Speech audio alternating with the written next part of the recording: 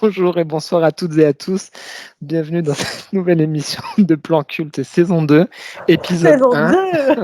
saison 2. Et c'est déjà un beau bordel. Comme vous pouvez le voir, il y a des choses qui dépassent au-dessus de ma tête parce que mon ordinateur est complètement pété. Si je le touche à peine, l'image saute. Voilà. Bah, j'ai Qu'est-ce envie qu'on de peut dire dire qu'en beau? culte saison 2, rien n'a changé. Il n'y a Ah mais toujours pas de alors, matos. La lumière rien est n'a toujours changé. pourrie. Bordel de merde. Franchement, merci de nous écouter et de nous soutenir parce que Incroyable. vraiment, Incroyable. voilà, on a déjà essayé d'enregistrer 3 fois, là ça marchait pas. Non, mais ça va le Enfin, faire. Ça va une le faire. saison 2 qui démarre sur les chapeaux de roue, Evelyne, j'ai envie de dire. Donc, aucun nouveau décor, aucun nouveaux habits, aucun nouveau moyen technique. Et en plus de ça, l'émission qu'on va faire ce soir n'est pas l'émission qu'on aurait dû faire. C'est génial. Et comme Alors, d'habitude, rien n'est préparé. Et là, j'étais justement en train de dire à Kevin, merde, je me rappelle plus de quoi parlent les BD que j'ai sélectionnés. Je pense que ça va être un démarrage d'enfer. il va y avoir des chroniques comme ça, avec D'enfer. de l'à peu près, Jean-Michel à peu Voilà. près. Jean-Michel à peu près. Oh là là. Oh mon Dieu. Et en plus, il fait 50 degrés dans le sud. Oh, bah, tu Voilà. sais, en Lorraine, on a rallumé le chauffage. Hein. Ah bah, Tu vas voir. écoute, 2 salles, 2 ambiances. Exactement. Oh putain. J'en peux déjà plus de nous. Bon, allez, Oh, tu commences, hein. Moi, j'ai le l'ordi. programme. Bon, Ah oui, le programme, pardon. bah, le programme, c'est que comme ça fait 2 mois qu'on n'a pas plan culté, Ah, c'est vrai. ouais, on Et débarque c'est long. avec et c'est long. On débarque avec une maxi sélection. On a chacun 10 titres à présenter. Voilà, c'est ça. Moi, j'ai 10 Bon. plus 3. Toi, t'as dit plus 3. Bon, express, hein. On va pas faire 4 heures d'émission. On va express à la plan culte. On va essayer de faire ça vite, mais on a sélectionné 10 titres parmi nos lectures de l'été. Oui, tout à fait, tout à fait. Et je rigole parce que quand tu dis vite, on va essayer de faire vite, mais faut pas de digression, quoi. Hein. Moi, je ferai vite sur certains, je sais plus de quoi il parlait. Je sais plus de quoi il parlait. Mêlé à la fin, mais Ouais. si tu t'en souviens pas, c'est que Voilà. c'était peut-être pas fifou. Eh bien, j'ai envie de dire, tu commences, hein. Là, tu commences. Hein. Tu chauffes l'ambiance, là. Franchement, je commence avec un truc à la plan culte, c'est-à-dire un truc que tout le monde a lu depuis 1000 ans, Ah, que je découvre seulement maintenant. bah c'est bien ça. Oh, on a le droit de faire ça si on veut. Bien sûr. On a Bon. plus que le droit de faire ça. Moi, d'ailleurs, j'ai rien de très récent, je crois. Ah si, 2-3 trucs. En plus, un truc gentil, voilà. Un truc de fille un peu quand même, j'avoue. Ah ouais, tu nous mets pas dans l'ambiance plan culte. Non, le truc porno, je le garde pour après. Ah, Your Name. qu'est-ce que c'est? Arrête, tu connais pas. Bah non, je connais pas. Putain, mais heureusement que je sais, Kevin. Parce que moi, mes gosses, ils m'ont dit putain, tu connais pas Your Name, c'est la honte. Donc, c'est pour ça que je dis que je découvre ça après tout le monde. Je pensais que tout le monde connaissait. Your Name, c'est une série de manga en 3 tomes, donc parfait. Ah, parfait. Et je croyais que tout le monde connaissait. En fait, le manga est adapté d'un long métrage d'animation qui est lui-même adapté d'un roman. Ah, ok. C'est pas dans ce sens-là. Hein. D'habitude, c'est d'abord le manga, puis après ils font l'animé. Non, non. Là, le manga, Japon, de toute façon. voilà, ils font ce qu'ils veulent. Et en fait, Your Name, c'est l'histoire de 2 ados. Un garçon qui vit à Tokyo, qui a une vie une vie de mec qui vit à Tokyo, quoi. Et puis une jeune fille qui vit à la Cambrousse. Et chacun rêvant évidemment d'une vie différente. Et de temps en temps, il leur arrive de rêver comme ça. Ils se réveillent le matin et ils ont rêvé qu'ils étaient. Donc elle a rêvé qu'elle était un jeune homme vivant en ville et lui rêve qu'il est quelqu'un d'autre. Et un jour, chacun va se réveiller dans le corps de l'autre. Ah oui, ok, un pitch plutôt sympa. Un pitch très classique, déjà vu, mais et ce titre, il est tellement tendre. Tu lis ça, t'es tout ému. Donc au début, ils pigent pas ce qui leur arrive. Ensuite, très très vite, ils comprennent qu'ils sont dans le corps de quelqu'un d'autre. Et ils vont commencer à se laisser des petits messages pour que quand chacun récupère son corps, pour qu'il reste des messages qui puissent s'adresser, voilà. D'accord. Voilà. Et le pitch est classique, ils tombent amoureux. Et puis au bout d'un moment, on veut quand même se rencontrer voilà, de façon plus conventionnelle. Je peux pas spoiler parce qu'il y a quand même des trucs... il y a quand même un moment où tu dis « Waouh, mais non !» et où tu pleures un peu. Franchement, moi, j'ai chialé. Bon, après, moi... Oui, t'es bon public, ça. Moi, je suis bon public. Mais ce truc, il m'a vachement émue. Et voilà. Donc, ça s'appelle Your Name. Ça plaira beaucoup aux filles. C'est un peu... oui, on dit, il ne faut pas faire des trucs genrés comme ça. Mais franchement, Evelyne, faut pas. Ouais, c'est mal. La société, tout ça, ils vont me La taper dessus. société, elle a que des problèmes. Donc voilà, c'est vachement, c'est plein d'émotions comme ça, c'est vachement tendre. Et graphiquement, ça vaut quoi? Graphiquement, c'est Tu m'as pas montré, sans tu vois? prétention, propre, efficace, Ouais, classique. très classique, mais Ok. propre. Voilà. Ça se lit bien. Ça se lit très bien. Et je pense que tu peux lire ça, toi-même des ados, en première lecture de manga. Moi, c'est ma fille qui m'en a parlé, elle a 9 ans, elle a honte. Elle me dit, tu connais pas Your Name? Ah, elle me dit, je te préviens, c'est trop triste. Je dis, ok, c'est pour moi. Et en fait, ouais, je pense que des ados, toi, 12-13 ans, qui lisent du manga, même avant, quoi, 10 Ouais. ans, lecteur, tu peux lire ça. Je pense que tu Ok. peux en Ah, mais lire c'est une ça. bonne. C'est bien pour ma nièce, ça, qui a 12 Ouais, ans, je bah oui, crois. voilà. Tu vois, c'est Ah, pas bah une très bien. nouveauté, mais je trouve que ça marche bien. Puis série finie en 3 tomes, c'est cool, quoi. Ça vaut combien cette merveille? C'est chez Pika, je pense que ça vaut 7 balles, comme d'hab. Cool, je vais lui faire une carte cadeau dans ta librairie pour quand elle viendra, ma nièce. Mais quel... Eh! Hey, je fais mes achats de Noël en même temps qu'on fait l'émission, hein, vous inquiétez pas. C'est normal, on fait ce qu'on veut, on est chez nous, un peu comme les Japonais. Comme d'hab. Voilà. Donc, première lecture, première chronique express. Oh là là, mais quel talent, Evelyne! Quel talent! À toi. Eh bien, écoute, j'arrive tout de suite avec un titre qui va nous remettre dans une ambiance un peu différente, on va dire. Ah, Même si au final, ça reste mignon. Ça bon. s'appelle Le bruit de la pluie. Oh, c'est un beau titre. Ouais, c'est très joli. C'est sur un enfant qui a le cancer. Pardon.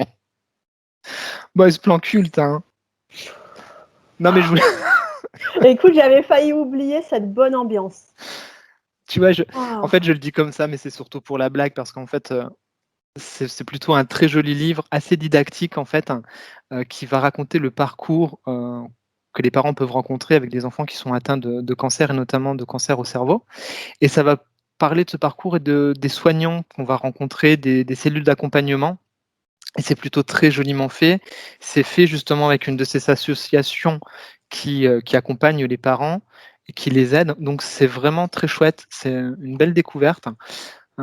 Et ça s'adresse, je pense aussi, à un public qui peut être assez jeune parce que tu vois, il y a rien de méchant. On n'est pas ouais, dans un ouais. dans un type plan culte où on mange les Pas gens, traumatisant, ouais. pas traumatisant. On est dans quelque chose où, heu, quand survient, cette maladie, le cancer, c'est forcément un choc et comment, il est possible d'être accompagné et quel est le parcours en fait, au milieu de tout ça, de tous ces gens finalement qu'on ne voit pas, qu'on connaît peu, de tous ces parcours, qui se rencontrent.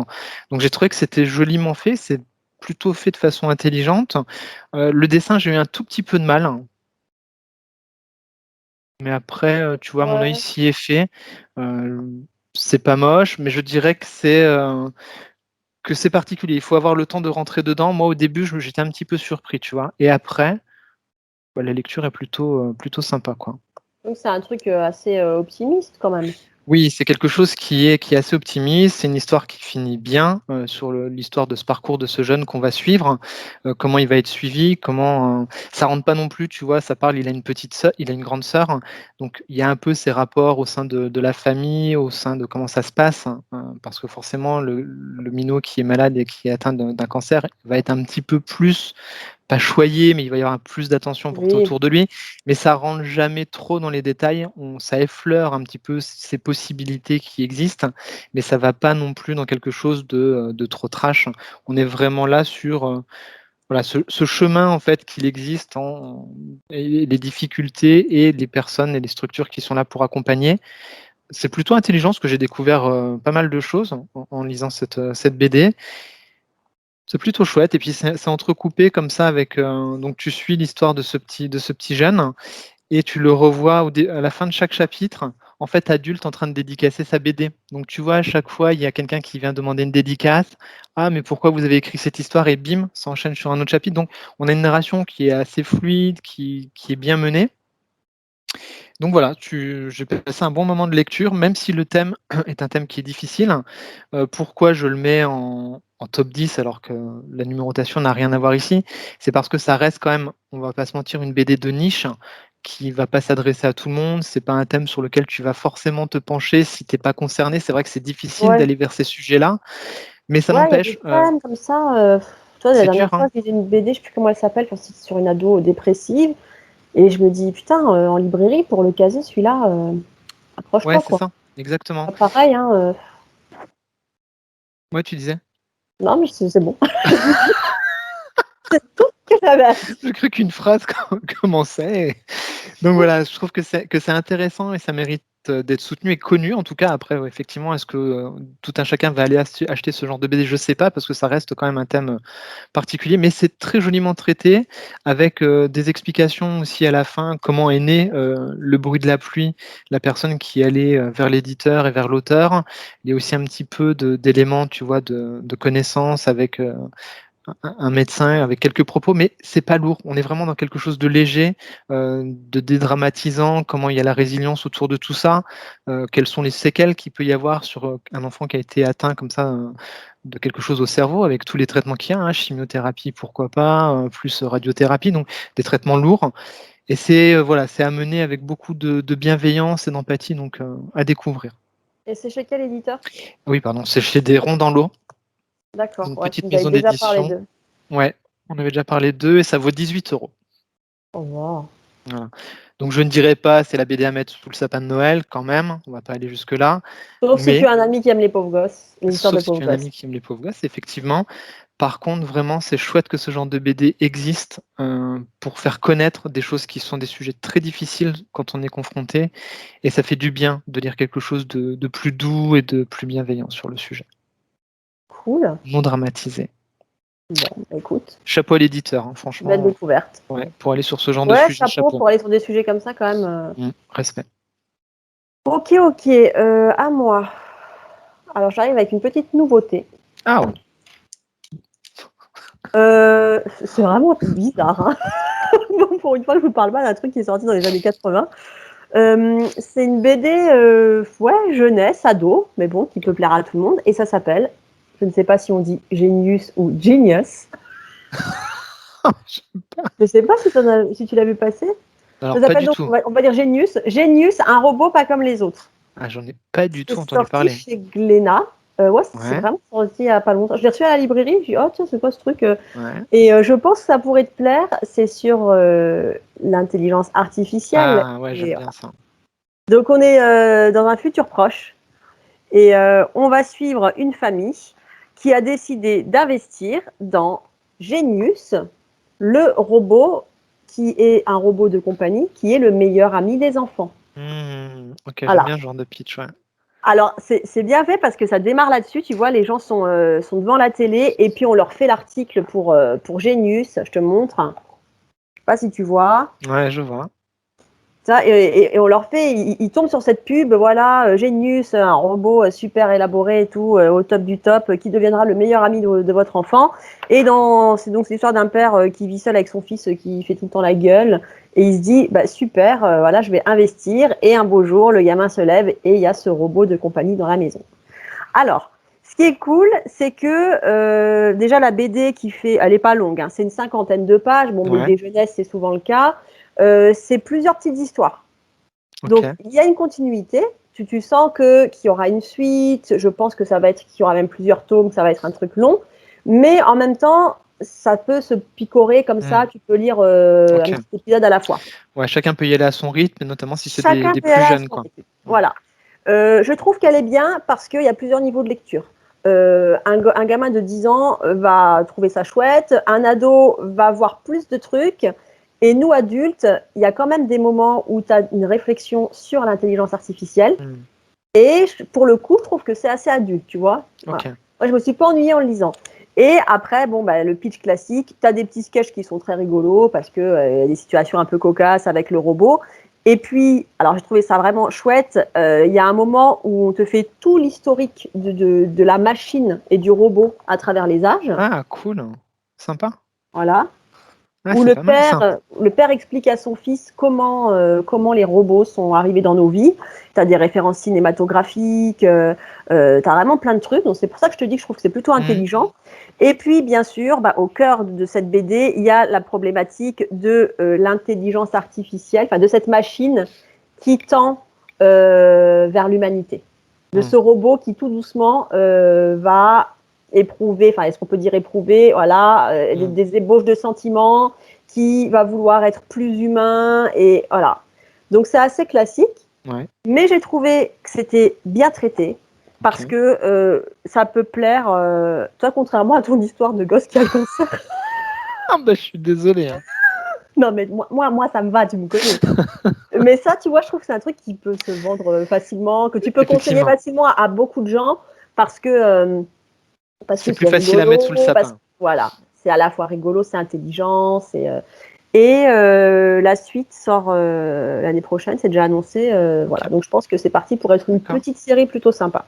Voilà. Bon, chouette découverte. Bah écoute, hein, si je peux aider. Bah écoute, quel talent, Evelyne. Mais tu es libraire maintenant en même temps. Ah, je suis libraire depuis 3 mois, vous savez, j'ai une longue expérience du métier. Eh bien, on change de registre. On va parler de drogue. Ah, enfin, on retrouve l'ambiance plan culte, parce que là, j'ai fait une petite parenthèse tout public, mais... Je vais vous parler de Dope Rider. Donc, je l'avais montré pendant un live sur Instagram. Oui. Dope Rider, donc, qu'est-ce que c'est que ce Dope Rider? Mais c'est complètement psychédélique. Bah, la couve, elle est magique. Hein, quand même. Ah, la couve, elle est juste magnifique. Donc, c'est aux éditions Tanibis, et non pas Cannabis, qui est une petite association qui est basée près de Lyon, je crois. Donc, chouette, ils ont un catalogue qui est plutôt sympa. Et regarde-moi ça, ces illustrations. Désolé, on avait dit on fait vite, mais regarde-moi ça, comme c'est beau. Ouais, j'ai déjà feuilleté en librairie, celui-là, il est chouette. Ouais, donc en fait, l'auteur s'appelle Paul Kirchner. Putain, j'ai failli tomber de ma chaise. Cette émission. Et donc, l'ouvrage va se composer de planches, comme ça, façon strip. Donc, à chaque fois, tu vas avoir une planche, et à chaque fois, par planche, tu vas avoir une histoire. D'accord ? Et ce qui est magique dans cette BD, ce comics, j'ai envie de dire, parce que c'est américain, c'est que dans chaque planche, en fait, presque chaque case est une histoire. D'accord ? Le mec est tellement fou, c'est qu'il va partir d'un point de départ et il va t'emmener dans des délires, mais alors complètement psychédéliques. Ouais, ce que j'allais dire, ça a l'air bien complètement fou. Ouais, alors en termes de dessin, c'est absolument incroyable. J'ai noté quelques pages parce que je voulais vraiment montrer, parce que c'est vrai que c'est une BD qui est totalement atypique. Hein. Là, on est vraiment dans de l'underground le plus total, je pense. Et regarde-moi ça en termes de dessin, comme c'est beau. C'est fait avec minutie. Le dessin est super. C'est fait avec générosité. Ouais, le dessin est magnifique. Après, la question, c'est, vu la thématique, oui. Tu peux pas conseiller à tout le monde de lire ça. Non, effectivement, c'est pour ça que c'est pareil, c'est mon top 9, entre guillemets, parce que il faut avoir de la pointance pour la bande dessinée indépendante et de la bande dessinée underground, complètement. Mais ce qui est vachement bien, c'est que le mec va brasser, je pense qu'il a une énorme culture, autant de références culture pop que de références artistiques. Ouais, j'ai vu dans la page que tu as montrée, là, il y a une référence à Dali. Ouais, voilà, exactement. Donc, référence à Dali, il réadapte ça donc au format comics. Et à chaque fois, il mène des mini-récits dans le récit. Et c'est, je trouve, vraiment extrêmement brillant. C'est bourré d'humour. Donc après, c'est un humour un petit peu à la cool, peace and love. Mais c'est vraiment, s'il y a des gens qui aiment le dessin. Ouais, ça a l'air super intelligent. Franchement, et c'est très intelligent. Alors, il faut aimer le côté psychédélique. Il faut aimer se laisser dérouter, sortir de la voie toute tracée qu'on nous mène sur des récits classiques. Il ne faut pas avoir peur d'ouvrir ses chakras. On est vraiment sur de la BD qui fait réfléchir. Ce qui est sympa, c'est que comme on est à chaque fois sur une planche qui raconte une histoire, eh bien, on peut picorer, comme tu disais tout à l'heure. Tu vois, tu peux te faire quelques strips et puis après tu poses la BD puis tu reviens dessus. Moi, je t'avoue que je l'ai lu d'une traite parce que j'ai trouvé ça tellement dingue que j'avais envie d'aller jusqu'au bout du truc. C'est ça, quitte à se faire un trip, autant le faire à fond, quoi. Exactement, c'est comme si tu prenais une grosse bouffée de cannabis et que tu voulais la faire tenir le plus longtemps possible. Donc là, tu vois, dans cette planche-là, ce qui est complètement fou, ce que je te disais par histoire, tu commences par une case où tu as 2 voitures qui sont sur une piste de départ. Ensuite, tu vois les mecs qui sont en fait en train de jouer un jeu vidéo. Et puis finalement, à chaque fois, tu pars comme ça et finalement, le type est dans un t-shirt. Donc tu vois, tu as des histoires dans l'histoire, dans l'histoire. Donc clairement, le mec doit prendre pas mal de drogue. C'est complètement barré. Mais c'est super sympa. Franchement, j'ai passé un bon moment. Et là, je te montre encore une planche où, effectivement, il va appeler de temps en temps des icônes de la culture populaire, il va mélanger les genres, il y a des références à des groupes de rock. C'est super intelligent, ça s'adresse pas à tout le monde, clairement, on est sur de la BD underground, mais visuellement, franchement, Ouais, c'est bon, tous les chapeau. gens qui aiment bien les BD comme ça, à référence. Moi, j'aime bien quand t'as plein de références pop culture comme ça dans les BD. Ouais, tu C'est vois, toujours cool. c'est le genre d'ouvrage, je suis content de l'avoir dans ma bibliothèque, parce que je sais que j'y reviendrai, parce que, tu sais, quand t'aimes bien la culture en général, et que c'est bien fait, ça va t'amener à des ramifications à un moment donné dans ta tête, et ça creuse plein de pistes. Et donc, je trouve que c'est plutôt intelligent, quoi. Bon, bah cool. Voilà, madame. Bon, est-ce que je mets un petit truc coquine? Oh, bah écoute, je pense que c'est le moment. C'est le moment. Donc, une fois encore, un truc que tout le monde connaît, sauf Kevin peut-être, et je débarque 1000 ans après tout le monde. Pour la petite histoire, j'avais entendu vite fait, j'avais vu passer un article ou un truc sur cette série, et je me rappelais plus du nom. Et j'en parle à table, je dis à mon mec, ouais, j'ai vu un truc, ça a l'air un peu sexy, rigolo. Ça se passe dans une école, et puis une histoire de prison, et puis les filles ont des poitrines énormes. Et là, mes deux enfants, mes deux ados, sexy. Prison School, maman. Ok, voilà. Donc, effectivement, je ne connais pas. Donc j'ai découvert que mes ados étaient ultra rencardés sur les mangas avec des filles à gros nénés. Ne me Comme demande pas quoi. comment. Ils m'ont dit, ah, on a vu toutes les saisons. Je dis, oh, bah, ça va, c'est bien, c'est tranquille. Quand je crois que vous jouez à Minecraft, il se passe des trucs secrets. Donc, Prison School, c'est une série en, je sais pas, je crois qu'il y en a quand même une bonne vingtaine. Ah oui, Bon, quand moi, même. je Ouf. démarre, donc j'en ai 8 pour l'instant. Ouais. Comment dire, Prison School, donc ça se passe dans une école de filles. Pour la première fois, le directeur de cette école décide, pour l'image de cette prestigieuse école, d'ouvrir les inscriptions à quelques garçons.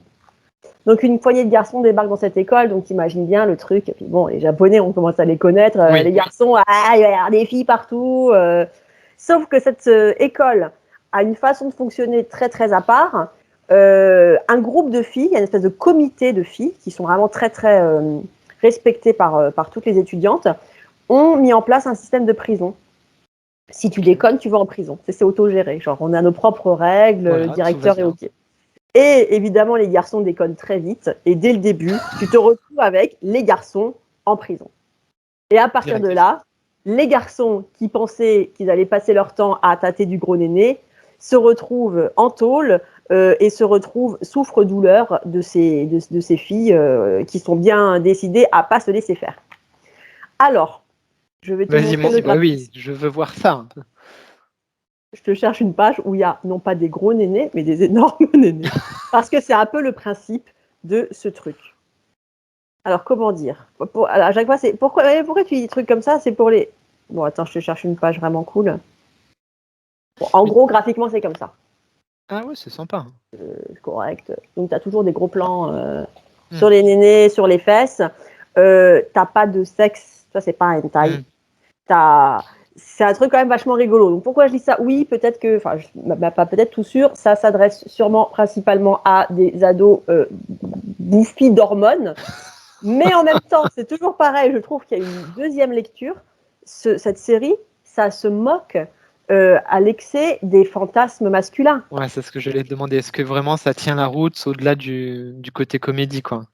C'est de la pure comédie. Ouais. Genre, cette gonzesse là qui fouette tout le monde, qui mène tout le monde à la baguette, elle a une poitrine énorme, énorme, énorme, des jupes minuscules, et puis des fois tu la vois, elle fait du sport, elle fait des haltères, pardon, avec les seins qui débordent, et tu sais, ça n'a pas de sens, mais voilà. Donc ça se moque des fantasmes masculins. T'as le personnage, le directeur de l'école, qui lui aussi est un mec. Regarde, à chaque fois la poitrine dégouline de tous les côtés. Ah oui, d'accord. Voilà. Et ça se moque de tous ces trucs. Le directeur très sérieux de l'établissement, donc lui, il a un petit péché mignon, c'est qu'il adore les popotins. Ah oui, d'accord. Voilà. Donc tu as le décalage entre ce mec très très sérieux qui en cachette se commande des tapis de souris avec les fesses rebondies pour son ordinateur. Donc en fait, c'est complètement n'importe quoi. Oh Donc, là là. moi, je suis bon public pour ça. Et du coup, je me pose la question, c'est quoi le public visé? Est-ce que c'est véritablement des ados en chaleur? Ou est-ce que c'est, tu vois, des gens ont un peu plus de maturité et qui sont capables de prendre du recul sur tout ça et d'en rigoler. Ah, je pense que c'est des ados quand même. Hein. Ouais, peut-être qu'au départ, c'est Je pas. Alors, pense. Hein. t'as des situations, donc tu vois, t'as pas de sexe, mais t'as toujours des pauvres allusions, genre les deux mecs qui tombent dans la douche, et puis l'autre, le pote qui les surprend, qui pense qu'ils ont couché ensemble, mais en fait non, c'est l'autre, ah j'ai fait tomber mon truc, mais attends, tu sais, c'est que des quiproquos à la con comme ça, c'est n'importe quoi, mais tu sais à quel point je suis bon public pour le Ah n'importe oui, quoi. Voilà. très bien. C'est Je suis chez très qui? bon public. C'est chez bah alors Evelyne, c'est chez Soleil Manga. Cette émission. Voilà. Ah, c'est Oh. quand même écrit pour public averti, mais franchement, Oui, qui avertit, qui connaît la chose. Hein. tu vois, t'as pas d'acte sexuel, mais c'est marrant. Des fois, tu crois, tu sais, ils te font des blagues. Des fois, tu crois que la page suivante, c'est un truc sexuel super lourdingue, super glauque. Tu dis putain, non. Et puis en fait, la page suivante, ça n'a rien à voir, donc tu rigoles. Voilà, Ok. genre, il y a une scène, oui, je vais te punir, tu as encore désobéi, et tu vois le type comme ça, à quatre pattes, et puis la fille qui a un gant, et puis qui a un objet flouté dans la main, tu dis, ah merde, ça va devenir glauque. Et en fait, non, à la page suivante, c'est une tondeuse, et elle lui rase le crâne. Et toi, il y a tout le temps des Ouais, trucs ok. comme ça, tu dis, ah merde, là, ça devient crade, et en fait, non, tu rigoles. Donc, Ok. je ne sais pas ce que ça donne sur le long terme, parce que j'ai quand même lu quelques chroniques. Il y a beaucoup de gens qui disent qu'au début, justement, c'est très rigolo, bon enfant et tout, et puis que sur la fin, comme ça Ça s'essouffle, tourne en rond. ça part dans un truc un peu moins, Ah, un peu moins sexy, rigolo. On ah. verra. Mais bon, voilà. C'est une affaire à suivre, tu nous tiendras au courant. Je remercie donc beaucoup mes enfants pour avoir contribué. Enfant de bon goût. Moi, c'est des ados maintenant. Faut que j'arrête de dire mes enfants, c'est des adolescents. Eh oui. Mais t'aurais dû voir la spontanéité avec laquelle ils ont crié Prison School quand j'ai dit des filles à gros nénés. Donc voilà, Ouais, bah c'était voilà. C'est une ça. des Hein. petites lectures coquinou rigolotes de l'été. L'innocence des enfants est partie, Evelyne. Ouais. Faut l'accepter maintenant. Foutu. C'est fini. Bientôt, ils regarderont Plan Culte et ils prendront des notes. Ouais. Et là, tu vas vraiment être mal. Hein. Oh Faudra bordel, ouais. surveiller. Non, ils regarderont pas. Non, Bah non. je les blacklisterai. Ah oui, c'est bon ça. Tu les bloques. Non. Voilà. Allez, bah du coup à moi. Allez, remonte le niveau, c'est la tradition. Je sais pas si je remonte le niveau, mais c'est Oh, vrai que j'ai rien de très coquine. Ah si, mais si, en fait, il y a du coquinou dans ce titre-là. Et ben ah, voilà, comme ça quoi, fait quand on y revient. gratin, c'est beau la couve. Ouais, t'as vu? Ouais, Ça s'appelle Cité irréelle. c'est chez Ça quel... s'appelle chez Tanibis. Ah ouais, ils font des beaux trucs, Tanibis. Ouais, c'est vraiment super joli. C'est un beau bébé. Alors pareil, je le mets pour l'instant en troisième lecture en commençant par le bas parce que ça ne va pas s'adresser à tout le monde, mais c'est vachement bien. Je vais te le résumer en disant que c'est comme du David Lynch. Ah ouais, Voilà. carrément. Carrément. Donc en fait, cette BD s'appelle Cité réelle. À l'intérieur, il y a 5 récits, je recompte 1, 2, 3, 4, 5. 5 récits qui sont distincts les uns des autres. Et à Ouais. chaque fois, l'auteur va prendre une idée et va l'amener jusqu'à un terme qui peut être complètement folle, à l'image de David Lynch, pour vous donner un petit peu une référence. Le premier, la première histoire, ça va être comme un palindrome en fait. Je cherche le mot. C'est-à-dire que c'est comme une histoire en miroir. Hein. Je sais pas si tu vois un peu ce que je veux Ouais, dire. c'est beau le graphisme. Hein. Ah, alors, en termes de dessin, c'est complètement dingo. Ça ressemble beaucoup à du Daniel Close. Je sais pas si tu Ouais, connais. c'est ce que Non. j'allais dire. Ouais, Hein, c'est ça exactement ressemble ça. énormément à ça.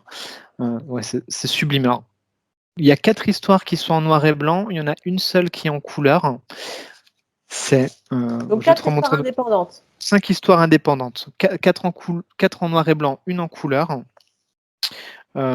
Et à chaque fois, il prend un pitch de départ qui est assez fou. Alors, c'est difficile à raconter. Je peux pas spoiler parce que sinon, je gâcherais tout le plaisir du truc, tu vois. Ah non. Hein. Comme c'est une idée forte à chaque fois, par exemple, la première histoire, ça va être quelqu'un qui voit une fille qui voit un mec dans la rue. Elle est au resto avec son chéri. Elle va aller fumer une clope. Son mec lui dit mais tu fumes plus. Et elle va décider d'aller revoir ce type-là.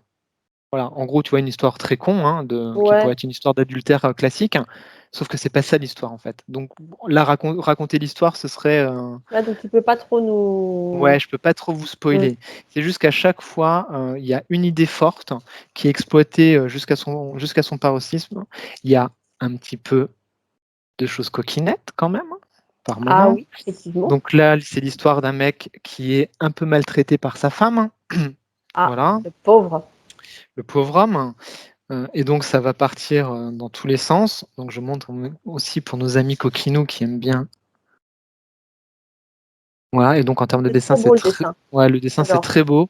Le seul truc qu'on peut reprocher, s'il y avait quelque chose à reprocher au dessin, c'est que par moment, c'est très analytique et donc ça manque Ouais, peut-être un petit peu d'humanité par moment, voilà, mais c'est vraiment pour, faire le pointilleux. C'est génial, c'est intelligent, c'est très bien fait, parce que les idées sont folles. Là, c'est l'histoire qui est en couleur. C'est l'histoire d'un mec, d'un artiste qui va avec sa chérie dans un musée. Ce musée, en fait, est en forme de spirale et lui permet, en fait, de croiser le temps et donc il va se revoir à d'autres moments. oh putain.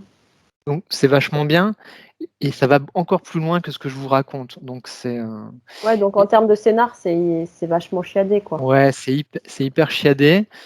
Ce que j'aime bien du coup, c'est qu'il y a des scènes de sexe et pour le coup, tu te souviens quand on parlait des comics, vraiment typés coquins, on se disait parce que dans les histoires traditionnelles, quand il y a du sexe à montrer, ça ne le montre pas. Oui, Là, c'est bien, ça va au oui, bout là, des ça choses. montre le vrai sexe. Exactement, quand il y a une relation humaine avec du sexe, eh ben, ça montre du sexe, ce qui est tout à fait normal. Et il y a une des histoires, la dernière, qui est complètement dingo. C'est un mec qui écrit une BD sur une nana. Enfin, c'est complètement fou. Et tu rentres dans l'histoire de la BD. Enfin, c'est complètement dingo. C'est vraiment des pitchs très intelligents, mais extrêmement difficiles à résumer. Je vous invite à aller voir sur le site de l'éditeur pour voir comment il a pitché la BD. Mais ça, c'est vraiment brillant, hein. Franchement, à ne pas mettre entre toutes les mains forcément, parce qu'il faut déjà avoir, pareil, heu, avoir lu un petit peu de BD indépendance, et notamment tous les auteurs, comme on disait, Daniel Close, dans cet esprit-là, qui sont assez barrés, pour y trouver son compte, hein. C'est pas de la lecture, commune de Ouais, tous les jours. Mais c'est génial. Franchement, ça te fait bien réfléchir et c'est un truc pour lecteurs exigeants. ouais, c'est un truc pour lecteurs exigeants. Je pense à Libraire Crognon, à Maïgrim, des gens qui ont déjà, lu plein de trucs dans cet Ouais, esprit-là, quoi. Mais chapeau, très c'était vraiment cool. top, hein. Cool. Moi, j'ai perdu le fil. Je les mets dans le désordre, hein. Là, c'est pas par ordre de préférence ou quoi que ce soit. Vas-y, on s'en fout, hein. Euh, Alors, pareil, hein, c'est plus une nouveauté. En même temps, ça fait 2 mois qu'on n'a pas enregistré. Un manga Tout à fait. chez Mangetsu qui s'appelle Panda Detective Agency. J'en ai pas encore parlé. Non, mais on a parlé de tellement de trucs la saison 1, franchement. Ça se trouve, j'en ai déjà Non, parlé. Non, j'en ai pas encore parlé, je un crois. truc avec un panda et un détective, ça me dit rien. Je Ah, m'en souviendrai. vous l'avez peut-être vu passer. Je crois que Iradon, je crois, je suis sûre, Iradon l'a chroniqué peu de temps après sa sortie. OK. Pour l'instant, un volume. Quel est le pitch? Putain, vous savez que j'ai un truc, moi, avec les animaux anthropomorphes. Putain, faut vraiment que je Quel consulte. bordel. Donc, on va suivre, je ne sais pas si on est dans un futur proche ou une réalité alternative. La population est affectée par un virus, oh, sans blague, Oh tiens, c'est mais ce nouveau. virus-là est vraiment fun, Ah! car ce... enfin, fun, je ne sais pas si c'est le mot, car ce virus transforme les gens ça te transforme en animal, Ah, c'est cool. en un tas d'animaux. À partir du moment où tu es diagnostiqué, tu sais que tôt ou tard, tu finiras par être cet animal. Tu vas te Ah, c'est transformer cool. tout doucement. C'est trop cool, hein. Bah Et ouais. donc, on va suivre un duo de détectives. Parmi eux, un jeune homme qui a contracté cette maladie et qui est voué à se transformer en panda à terme. Donc, qui pour l'instant, voilà, il a juste les yeux de panda et J'aime les bien petites ce oreilles. pitch. Ça, j'adore ce pitch, c'est trop bien. J'adore ce pitch. Voilà, donc on a notre jeune homme panda et son acolyte. Et donc, en fait, cette agence de détective, elle enquête sur des cas liés à ces métamorphes, donc c'est ces gens en mutation. Parce que forcément, t'imagines, ça crée tout un tas de problèmes. Ah Imagine ouais. dans ta famille, ta femme commence à se transformer, je sais pas moi, en autruche ou Ah, ça ton me fait penser à Manimal. Quand j'étais petit, j'adorais animal, Manimal. putain. Manimal! Et Ah, du c'était coup, ils trop enquêtent bien. comme ça, ils sont embauchés par des particuliers pour enquêter, pour retrouver des gens. Voilà. Et ce qui est cool, c'est que bah, c'est plein de petites histoires. Chaque chapitre est une histoire indépendante, puisque chaque chapitre, c'est une enquête. Mmh. Et c'est super beau. C'est poétique, c'est vachement prenant. Tu as envie de connaître la suite. Parce que ce qui est bien, c'est que quand tu commences, enfin, quand tu tombes malade et que tu commences à choper les caractéristiques de l'animal que tu vas devenir, tu les chopes tout doucement les caractéristiques. Donc, si c'est un animal qui a une super vision, tu vas te mettre à très bien voir. Si c'est un animal qui ne supporte pas le froid, pareil. Tu sais, ton corps, en fait, ton humanité doit tout doucement s'adapter à ce que tu es en train de devenir. J'essaie de te montrer une page cool. Alors, il y a un chapitre où on va suivre un homme qui se transforme en serpent.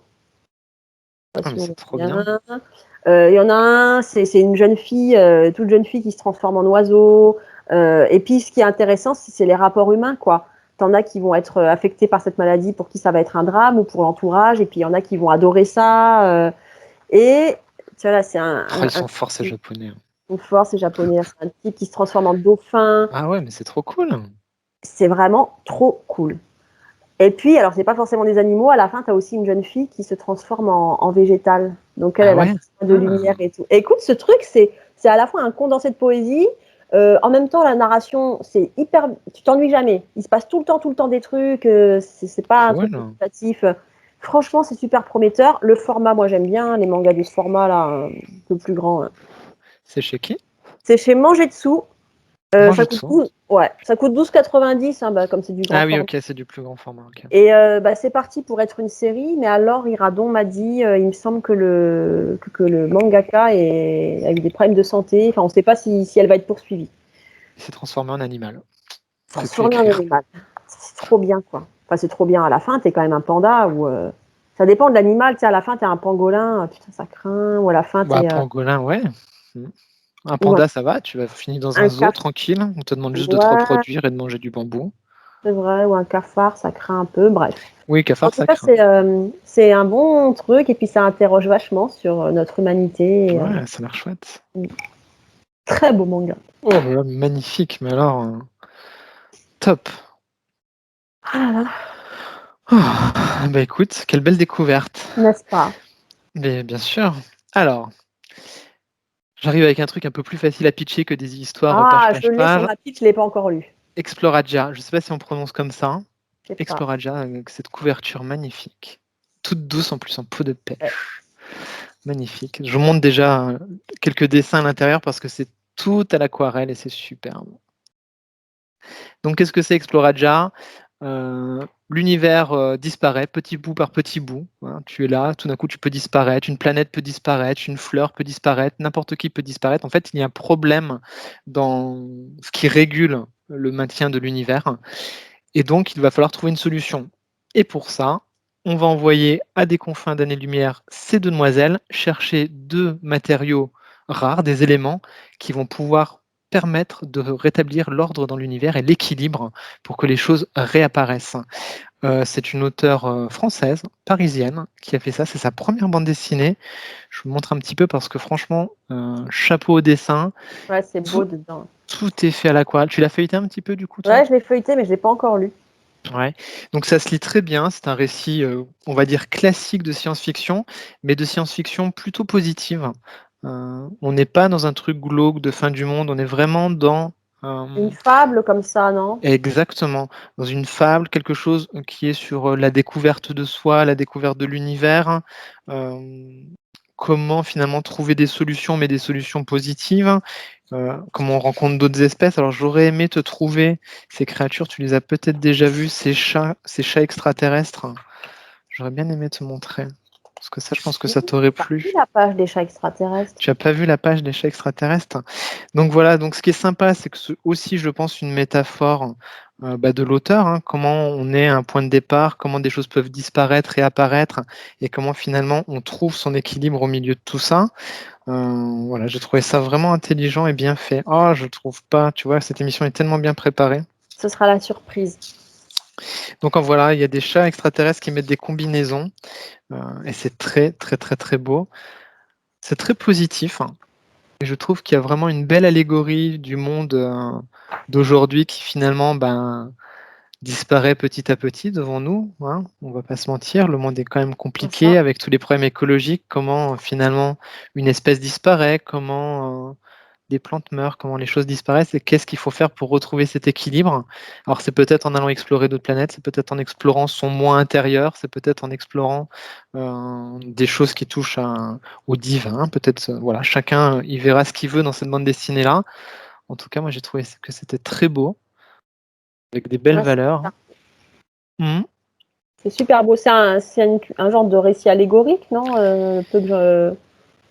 Ouais, il y a de ça. Il y a un beau mélange, tu vois, de plein de choses justement pour parvenir à l'équilibre. Donc c'est ça qui est intéressant. Je trouve que la BD s'auto-raconte en même temps qu'elle nous raconte, ce récit de science-fiction classique, quoi. Donc c'est très, très beau, donc c'est chez L'Employé du mois, ça vaut 25 €, mais c'est un beau petit bébé, quoi. Ah ouais. Ouais. Une très belle histoire de science-fiction qui sort Ouais. un petit peu de ce qu'on a l'habitude de voir avec des choses très noires, très Ouais, sombres, ouais. de science-fiction plutôt dure. Là, on est sur une science-fiction plutôt douce Ouais, c'est bien. et ça change un petit peu. Bah cool, la découverte. Merci mon petit Kevin. Avec plaisir, hein. Je pense que là c'est le moment de sortir un truc dégueu. Oui, je pense que tu peux y aller. Après, j'ai du bon aussi, hein. Alors là, va falloir que je recule pour que vous puissiez voir ce que je vais vous montrer. Ah ouais, à ce point. Ah, mais ça a l'air bien. Mais c'est grand. Les déchets. T'as vu le format? Bon, je mets Oh à côté de putain, ma tête pour que vous mesuriez.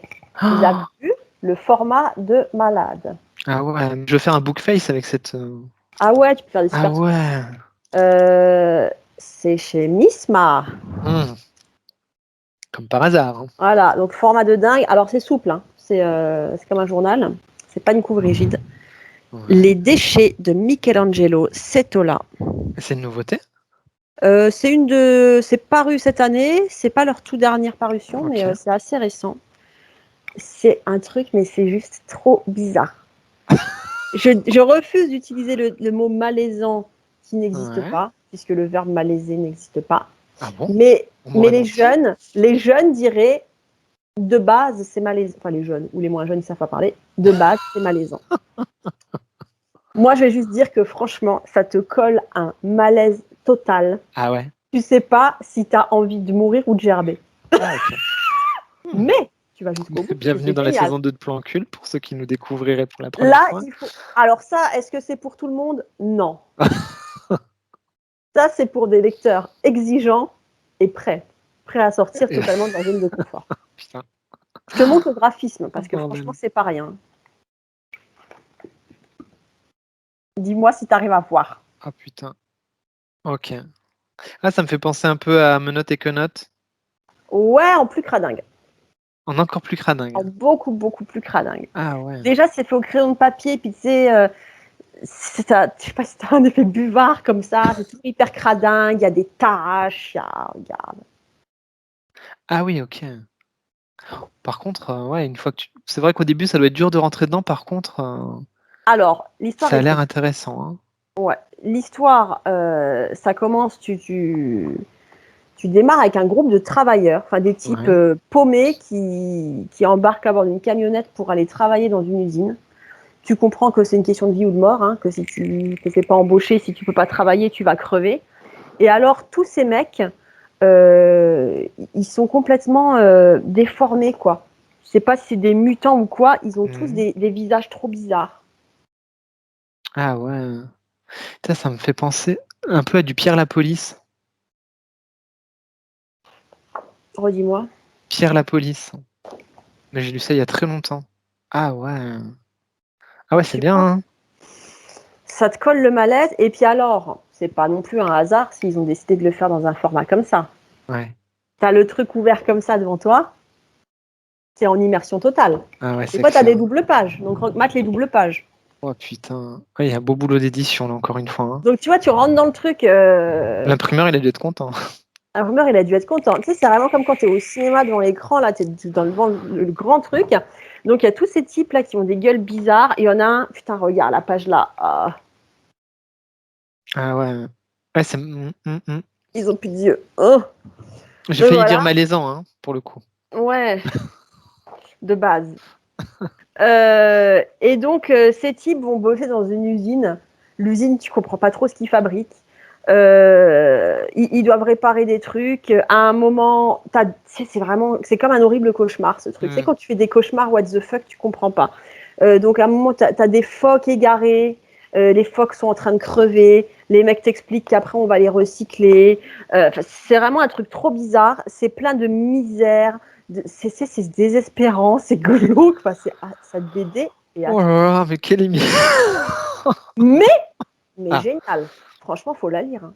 Parce que c'est un truc. Non, ça a l'air top. Moi, j'ai jamais lu un truc comme ça de ma vie, quoi. Par contre, ça se range pas dans une bibliothèque. Tu peux pas le ranger, c'est trop grand. Ouais, alors ça, par contre, Missma, désolé, mais il est chiant à ranger. D'ailleurs, j'ai abîmé mon exemplaire, je vais tomber. Il est chiant à ranger, mais putain, franchement, c'est une expérience cette lecture parce que le truc est tellement grand, t'es tellement pas habitué, puis tu sais, les trucs te sautent dans la gueule et t'as vraiment des trucs trop bizarres. Alors, les types sont là en train de crever de faim dans cette usine où ils sont pas payés, où ils sont mal nourris. Et quand t'as bien bossé, cette scène, elle est ultra traumatisante. Je spoil, je vous la montre, enfin, traumatisante pour les petites natures comme moi. Donc, autant j'aime bien les mecs qui se transforment en panda. Autant les ouvriers qui font la queue pour se nourrir en allant boire aux mamelles d'une girafe, j'ai du mal. Ah ouais. Tu vois? Ah ouais, d'accord. C'est trop bizarre. Ah ouais, c'est chelou. Hein. Ouais, c'est chelou à mort. T'as fini de lire ça, t'es déprimé pour la semaine. En même temps, de toute façon, tu fais bien de parler de ça parce que les épisodes sur le feel good ne fonctionnent pas, donc autant montrer du feel bad. Hein. Donc, si vraiment tu veux te foutre en l'air, non, franchement. Et le titre, quoi, les déchets. Ah ouais. Ah, c'est un joli cadeau de Noël pour. Alors écoute, si t'as un ami, il y a qu'à toi que je pourrais l'offrir, Kevin, à personne d'autre. Après, si tu l'offres à Noël à quelqu'un qui n'est pas sur place pour l'envoyer dans un colis, accroche-toi. Mais ce truc, c'est incroyable. Tu sais, je l'ai vu arriver, je me suis dit, putain, mais c'est quoi? Parce que j'avais vu que c'était un grand format dans les publications Missma, mais je m'attendais pas à un truc comme ça. Ah ouais, le truc, il est ouf. Le truc, il est giant. Presque, tu peux l'encadrer, quoi. Tu sais, ça fait un tableau chez toi. Ah ouais, tu peux, ça fait un poster. Et puis alors, le truc à l'intérieur, c'est tellement étrange, bizarre. Tu sais, les ambiances de cauchemar, les pires cauchemars que tu peux faire, où tout est crade, bizarre et désordonné. Et voilà.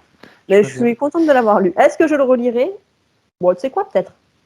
Ici, il y a des chances. Ça, je pense que tu le relis parce que c'est tellement bizarre. Tu sais, tu le fermes, tu dis, oh putain, j'y touche pas. C'est vraiment. Mais en même temps, t'as pas tout pigé.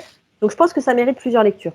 Ouais, c'est comme si t'es irréel, c'est tellement barré, et les histoires, elles te fracassent tellement la tête que tu te dis, sur le coup, c'était pas bien, mais tu te dis, non, mais il faut que je relise parce qu'en fait, c'est vraiment trop bien. C'est ça. Et en même temps, tu le lis tout d'un coup, parce que ça m'est arrivé de lire, et toi aussi, on aime bien lire des trucs vraiment barrés des fois. Et des fois, tu vois, c'est trop, quoi. Tu dis, putain, ok, là, je vais faire une pause. Non, les déchets, tu veux tout finir. Tu veux connaître la fin, tu veux... Ouais, c'est tellement différent de ce que tu as l'habitude de voir qu'il faut que tu saches, quoi. Ouais. Mais bordel, accroche-toi. Mais franchement, et la couve, elle est trop bien. Ouais, la couve, elle est folle. Hein. Bravo, Missma. Ouais, mais c'est bien parce que vraiment, les petits éditeurs, ils prennent des risques et ça nous permet de sortir de nos sentiers battus. Et ça, c'est cool. Je veux dire, le thème, le format...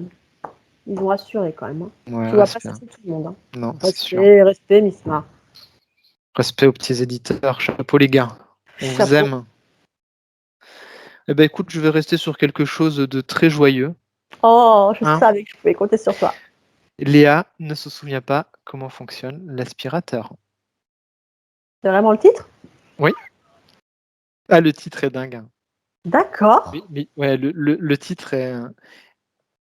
Il te laisse circonspect, je vais dire. Ouais, c'est sur une amnésie ou... Eh ben en fait, c'est vachement bien. Alors, je vais montrer graphiquement parce qu'on est là aussi pour ça. Hein. C'est extrêmement beau. Donc, c'est un ouvrage qui est encore une fois tout en noir et blanc avec de très très beaux crayonnés. De quoi ça va parler? Ça va parler de l'histoire d'un écrivain un petit peu raté qui, en rentrant chez lui un soir, va découvrir dans une poubelle éventrée par un chien le journal de cette fille qui s'appelle Léa. Au début, il veut pas trop le lire, machin, il le laisse. Puis finalement, comme il est vraiment en manque d'inspiration, il se dit, bah tiens, je vais quand même aller récupérer ce journal et aller voir ce qu'il y a dedans. Et là, donc, il va découvrir l'histoire de cette fille qui s'appelle Léa, qui vit dans le même immeuble que lui avec son compagnon. Et il va découvrir que cette fille, en fait, a une sorte de phobie des appareils ménagers. C'est que du jour au lendemain, elle ne va plus savoir utiliser la cafetière, l'aspirateur. Une phobie des appareils ménagers? La machine à laver. Une phobie, une amnésie, presque. Une amnésie totale. Elle sait plus à quoi ça sert. Elle sait plus à quoi ça sert. C'est ce qu'elle raconte dans son journal. Donc, en fait, tu as le point de vue de cet auteur raté qui est en train de lire le journal. Donc, lui se fait son film dans sa tête, hein, d'accord? Elle ne sait plus utiliser les appareils ménagers. Donc, il y a déjà une critique comme ça de toute cette société où en fait les femmes font le ménage, etc. Je vais pas faire, Ouais. je vais pas mettre les Ah, les gros sabots dessins, dedans. c'est trop beau. Les dessins sont absolument incroyables. Et donc il va l'utiliser, ce journal, pour en faire son roman. Il va l'adapter et ça va devenir un best-seller. Première partie. Mhm. Deuxième partie, ça va le travailler. Il ne va plus rien écrire de nouveau et il va avoir en quête de vouloir retrouver cette Léa quand même, grâce à qui il a gagné beaucoup d'argent, il est invité partout, machin, et il va la rencontrer dans la deuxième partie comme Dame Pipi. Et il va lui dire de venir chez lui faire le ménage.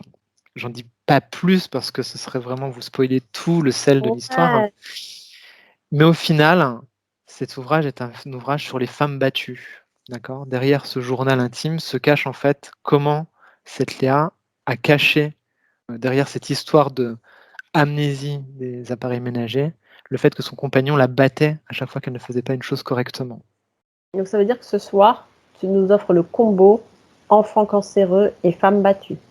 Oui, et j'arrive avec autre chose derrière, je suis désolé. Mais on le refait juste après ma prochaine lecture.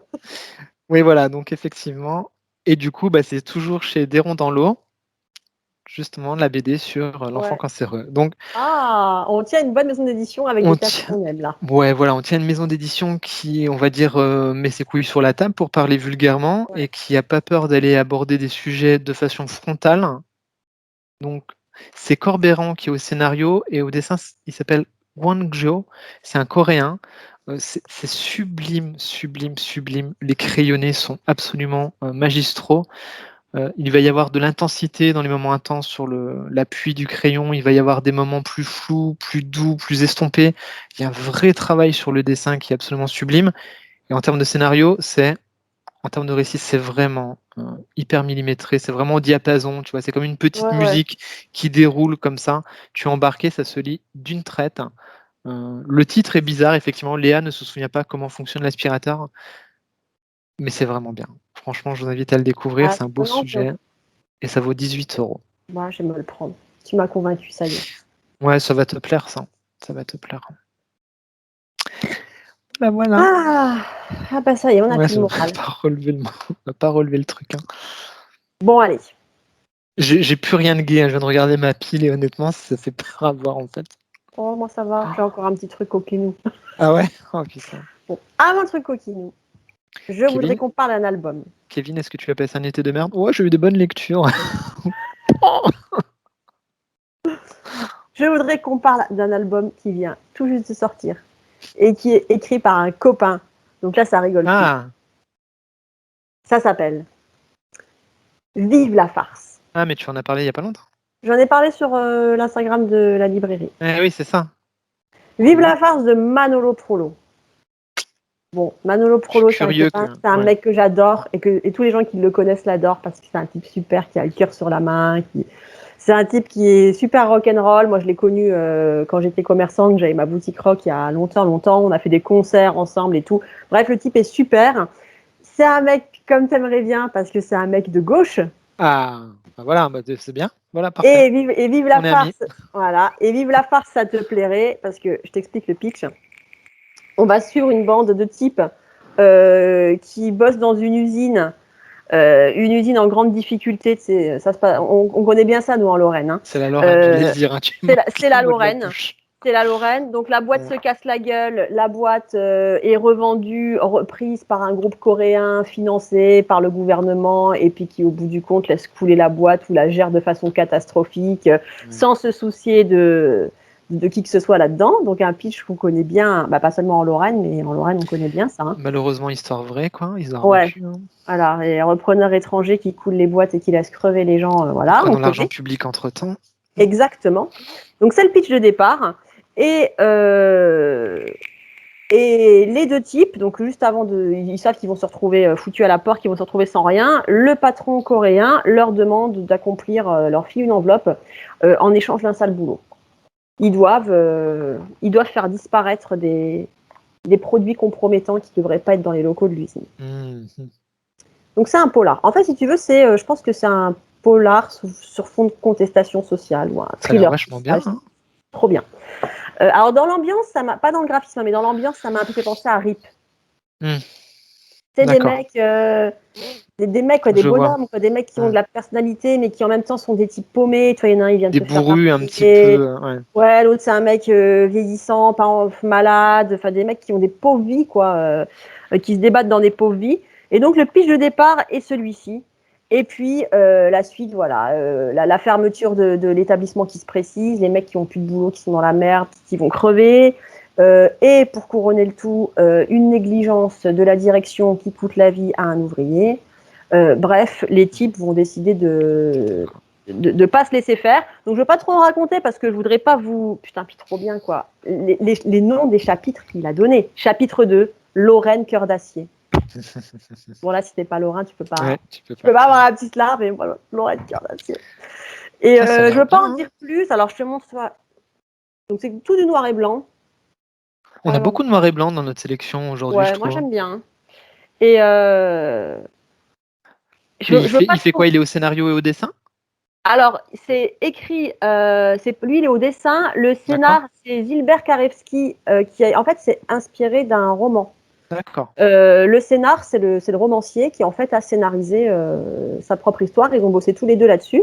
Parce qu'en termes Et de dessin, c'est super beau, hein. ouais, c'est super bien. Franchement, l'histoire, elle est trop bien. Je l'ai lu, tu lis tout d'un coup. Et ouais, c'est trop bien, quoi. C'est trop bien. On remonte voir 2-3 dessins, ouais. La fin, là, où tu as l'article de presse, je te remonte les dessins.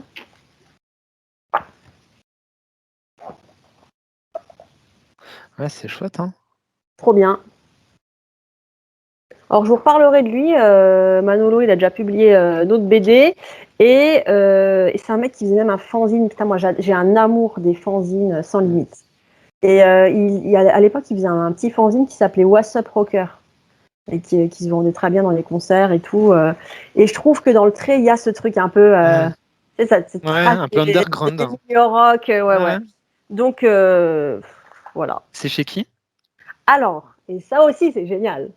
Bon, après, les gens vont se dire, putain, il faut vraiment être lorrain pour être dans le... Non, non, non, non, non. Écoutez, c'est publié aux éditions Parole de Lorrain. Ah ouais, moi je connaissais Donc, même un pas, tiens. éditeur associatif, pareil, maison d'édition D'accord. associative, où ils font tout le job, voilà. Mais c'est pas tes coins, Louis? T'es pas des coins? Ah non, t'es pas des coins là. Non. Moi je C'est suis le de Morange. c'est de Morange, toi. C'est de Morange. Les vrais sauront. Ouais, voilà. Donc, maison d'édition associative, donc c'est encore plus cool. Ils font tout seuls, ils sont autodiffusés. Donc, franchement, Ouais. s'il y a des libraires là parmi vous, filez un petit coup de pouce, quoi. Prenez cette BD, parce qu'on Ouais, sait à parce quel point que la diffusion, c'est difficile pour les petites maisons d'édition qui font tout le travail tout seuls. Donc, n'hésitez pas à les contacter, ils seront très contents de vous envoyer cette BD. Ça coûte 20 €, franchement, elle est toute nickel, belle couve et tout, le récit est super, le mec qui l'écrit est super, voilà. ouais, parce qu'au-delà du côté lorrain, il y a le côté polar, quoi, avant tout qui ressort. Donc Ça, ça il y a peut le être, côté polar, voilà, voilà, ça peut toucher n'importe qui, que tu sois il lorrain ou y pas a, lorrain. voilà, il y a toute une intrigue, on essaye de leur faire porter le chapeau pour des méfaits qu'ils n'ont pas commis, les mecs se font mettre à sac leur appart, ils flippent, enfin, c'est vraiment... voilà. Histoire de deux mecs qui ont juste voulu faire valoir un peu leurs droits, se battre juste pour pouvoir continuer à bouffer, à être traités dignement, et qui en fait sont rattrapés par tout un tas de trucs dégueulasses. Donc toi, ça te parlerait en plus, c'est vachement ce genre d'histoire. Vive la farce chez Parole de Lorrain par Manolo Prolo. Eh ben, chouette découverte. Ouais, franchement, Cool ça. je suis trop contente pour lui et il a vraiment fait un C'est sa super... première BD? Ou il en Non, a fait d'autres? j'ai une mémoire, tu me connais. Il a Oui, fait une autre BD dont j'ai oublié le nom, et puis à cette heure-là en plus. mais j'en reparle la prochaine fois. Ouais, Parce puis à cette heure-là, ouais, qu'on tout le monde, enregistre on il est adore tard quand même. enregistrer quand tout le monde est au lit, voilà. Quand notre cerveau est cuit. Voilà, Belle découverte. n'est-ce pas? Bon, bah écoute, je reviens avec un titre. Je t'en avais parlé dans une émission qui a disparu, malheureusement. Ouais, des fois on Tu a sais, des une de bugs ces comme ça. émissions qui a disparu. Et dans cette émission-là, je t'avais dit que j'avais trouvé ça moyen, mais en fait, je t'ai passé à côté du titre. Ah bah du coup j'ai bien fait de perdre l'émission. Exactement. Parce qu'en fait, je l'ai relu une deuxième fois, parce que je me disais quand même c'est bizarre que voilà. Et en fait, c'est vachement bien. Donc après, donc on a eu les femmes battues, les enfants cancéreux, donc le cercle du suicide. Pardon. J'en peux plus de ce mec. Non, je rigole. Oh, d'habitude, c'est toi. Hein. Ouais, oui. D'habitude, c'est toi. Hein. Je faisais genre. Ouais. Contente que pour une fois, ce soit toi qui pète l'ambiance et pas moi. C'est vrai, c'est vrai. Ouais. Tu vois, j'ai passé vraiment un bon été, hein, la Côte d'Azur, voilà, ça te met une parce que pêche, là. je pense que malgré mes déchets et mes mecs qui ont plus de yeux et qui têtent des girafes, tu pètes le score, là. Voilà, je vais essayer de revenir avec des trucs plus cool. Attends. Ah non, vu les prochaines émissions, c'est mort. Donc je remonte cette couverture, Le Cercle du Suicide. Donc c'était édité, je sais plus pas chez qui. On s'en fout parce que c'est hyper dur à trouver. Ah oui. Ouais, c'est ça. Ouais. Casterman, c'est vieux, c'est difficile à trouver, ça vaut cher en occasion. J'adore cette émission. Alors, on vous présente un manga que vous n'avez aucune chance de trouver. Non, mais c'est vieux. En fait, si tu veux, je me suis intéressé à ce truc parce qu'il avait une espèce de hype chez 2-3 personnes qui ont bon goût dans ce style-là. Donc je me suis dit, tiens, quand même, allons voir ce qui se cache derrière tout ça. Première lecture, je l'ai lu à un moment donné où, à mon avis, j'aurais dû plutôt faire la sieste plutôt que de lire ce manga. Et je suis passé, je pense, un petit peu à côté. Le Cercle du Suicide, c'est quoi? C'est l'histoire de plusieurs jeunes filles, une cinquantaine de jeunes filles, qui vont décider collectivement de se jeter sur les rails et sous le train du métro. Combien? Sous le métro. Une cinquantaine, je crois, 53 ou 54 demoiselles. Virgin Suicide, quoi. Ouais, voilà. Hein, attends, parce que c'est avec les surcouvertures de manga. Hein. Donc, elles se tiennent la main au bord du quai, comme ça. Et elles décident, allez, 1, 2, 3, hop, et elles se jettent sous la rame de métro. Voilà, ça, c'est le début du manga. Et il va y avoir une survivante. Oh, la pauvre. Voilà. C'est pas chatte, hein, franchement. En fait, je vais pas non plus casser le sel un petit peu de ce manga parce qu'il vaut le coup d'être lu. Hein. Premier avis, j'étais un petit peu, je pense, perturbé parce que le début du manga est assez confus dans le sens où il va croiser plusieurs histoires. Il va refaire des flashbacks, il va te mêler plusieurs personnages qui vont pas forcément être appelés par le même nom en plus. Et donc, effectivement, ça mérite bien de lecture pour bien remettre tout correctement dans sa tête. Et à la deuxième lecture, c'est quand même vachement bien parce que ça va mêler à la fois ce côté drame social. On sait qu'au Japon, c'est quand même la patrie numéro 1 du suicide. Ouais. Hein. Malheureusement, je ne vais pas dire que c'est un sport national là-bas, mais il y a beaucoup d'ouvrages qui traitent de cette thématique et c'est vraiment un fléau. Et c'est fait de façon assez intelligente où ça va parler de ce mal-être dans la société, ce mal-être des lycéennes, collégiennes, parce que là c'est essentiellement des groupes de filles qui sont traitées, et ça va mêler un côté un petit peu fantastique, tu vois, ce côté un petit peu fantôme japonais qui revient, qui ressurgit, et donc c'est un mélange des genres qui est plutôt intéressant et plutôt malin. C'est plutôt bien fait au final, mais ça nécessite une lecture attentive. Ne le lisez pas après une choucroute, par exemple, pour rester en Lorraine ou en Alsace, parce que vous allez peut-être faire la sieste. C'est un tome? C'est un tome, c'est un one-shot. Ouais, d'accord. C'est plutôt intelligent. Ce qui m'a un petit peu déçu au début à ma première lecture, c'est le dessin. Le dessin est assez classique pour le coup. Ouais, mais je trouve que ça se prête bien à l'ambiance. Donc voilà, hein, c'est le mal-être des jeunes demoiselles. Donc on revient aussi sur une partie de prostitution. Tu vois, on a déjà parlé de ça au Japon. Ouais. Apparemment, ça a l'air d'être un fléau aussi. Ouais. Je ne m'attendais pas à ce que ce soit autant aussi récurrent dans les récits qu'on peut avoir. Par contre, effectivement, le dessin assez classique et assez troublant, tu vois, aussi par mais moments. ça fout un peu les jetons, quoi, le dessin vachement froid comme ça. Je trouve que ça se prête bien au thème. Exactement, d'où ma deuxième lecture, et je suis ravi finalement que ce plan culte n'ait pas été enregistré parce que j'ai pu le relire et je l'aurais peut-être revendu carrément en me disant bah, je le relirai pas. Tu vois les bugs de la technique des fois Comme quoi le destin, voilà. Donc en espérant quand même que Casterman refasse une édition, s'ils ont toujours les droits, pour le rendre plus accessible que ça ne l'est actuellement, parce que je crois qu'en occasion, il vaut quand même une vingtaine d'euros, ce qui fait quand même cher pour un récit que tu lis assez rapidement, alors que de base, ça doit valoir dans les 10-12 balles, tu vois. Donc voilà. Donc le cercle du suicide, plutôt bien traité, et finalement une belle surprise, mais qui nécessite une lecture voilà, les yeux bien ouverts et bien réveillés, quoi. Ok. Voilà. Bon, bah écoute, comme tu nous as parlé des enfants cancéreux, des jeunes filles qui se prostituent et se suicident, et j'ai oublié quoi encore? Les femmes battues. Les femmes battues. Je viens avec un truc coquinou. Ah, cool. Ah Un truc coquinou complètement what the fuck, mais ne me demande pas comment je tombe sur des trucs comme ça. Mais comment tu es tombé sur un truc comme ça, Evelyne? Et cette fois-ci, c'est même pas mes gosses. Interspecies Reviewers. Ah putain, la couve, elle est chouette. Hein. La couve, elle est pas géniale. Ah Et ouais, j'aime bien. Attends la 4e de couve. Oh bordel. Oh, mais c'est encore des gens qui sont des animaux là? Presque. Ah. Mieux que ça. Alors pour rebondir sur Oh bordel, c'est l'histoire d'un bordel de l'espace. Ah ouais. Interespèce. Mais mais ça va me plaire ça. Ça, tu vas adorer. Ah putain. Tome 1, il va y avoir une série. J'en connais 2 qui vont se faire la série. C'est aux éditions Ototo, comme ça qu'on dit. Mais qui sont-ils? Qui êtes-vous? Bah, écoute, je les découvre et je pense que je vais être attentive à ce qu'ils publient. Ah ouais. C'est juste trop bien. Donc attention, coquinou. De toute façon, vous avez compris, moi souvent je suis sur des trucs sexy rigolos. C'est complètement ça. Mais ce qui est marrant, c'est qu'à la fin du dernier épisode coquinou, on s'est dit non, calme un peu les lectures coquines. Mais finalement, je vois que tu as passé un été plus J'ai passé un été délicieux. J'ai passé un été délicieux. Donc, Interspecies Reviewers, c'est vraiment un truc sexy, coquinou, rigolo. Ça se passe sur une planète ou dans un monde où un tas d'espèces fantastiques, on va dire, ou mythologiques, coexistent. Donc, il va y avoir des humains, il va y avoir des elfes, il va y avoir des cyclopes, des fées, tout ce que tu veux. Et toutes ces charmantes créatures se prostituent. Cool, c'est cool, le sexe interespèce. C'est le sexe interespèce. On en avait un petit peu parlé dans... Oui, Money Shot.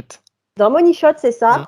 Et là, c'est carrément plus abouti et plus rigolo. Bon, c'est pas le même registre. Parce qu'on va suivre comme ça des espèces d'aventuriers de l'espace qui fréquentent les bordels de l'espace et qui ont leurs petites préférences. Je te montre le graphisme. Ah ouais, c'est sympa. Les orgies interespèces. Ce serait pas mal ce titre dans une box plan culte pour la cousine d'info, ça, offrir à Noël. Ouais, franchement, ça c'est trop bien. Franchement, c'est coquinou sympa, tu vois. Ah ouais. C'est beaucoup des allusions au sexe ou des petits clins d'œil rigolos, mais tu vois pas vraiment. Voilà quoi, t'as pas. Mais alors, c'est très marrant parce que par exemple, le premier chapitre, le pitch de départ, t'as un type qui sort du bordel. Alors lui, ce qu'il adore, c'est les elfes. Voilà. Lui, il kiffe les elfes et à chaque fois, il paye des belles petites pépées comme ça. Sauf que les elfes. Qui ne kiffent pas les elfes. Qui ne kiffent pas les elfes. Sauf que les elfes, ça vit très très longtemps. Donc quand ils sortent du bordel, il y a d'autres potes où il y a des mecs elfes qui disent mais tu te rends compte que tu viens de te taper une vieille peau, elle a au moins 400 ans et tout.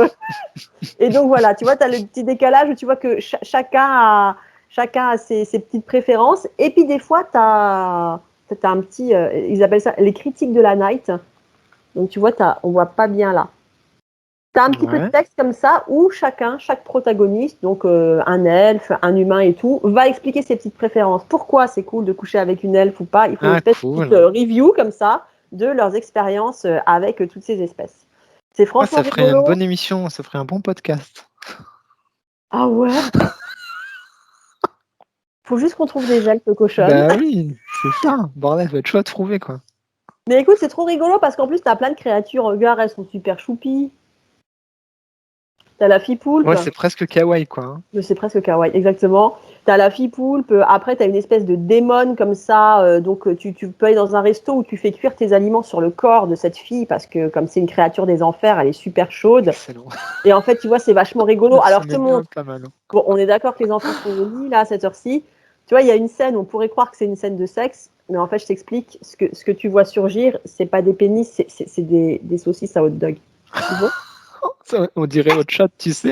On dirait tu fais cuire les œufs. Donc tu vois, le côté sexe, ça se limite à ça. C'est des allusions rigolotes. Okay. Et du coup, franchement, c'est vachement fandard. Tu rigoles vachement. Et puis alors moi, le côté mythologie de l'espace avec la petite note sexy, je trouve que c'est trop bien, quoi. Cyclope, quoi. Tu peux aller au bordel et puis demander une cyclope. Ouais, franchement, c'est hyper marrant. Et la 4e de couverture est trop bien aussi. Dans un monde où l'aventure tend les bras à tout un chacun, il y a toujours de la place pour un peu d'amour.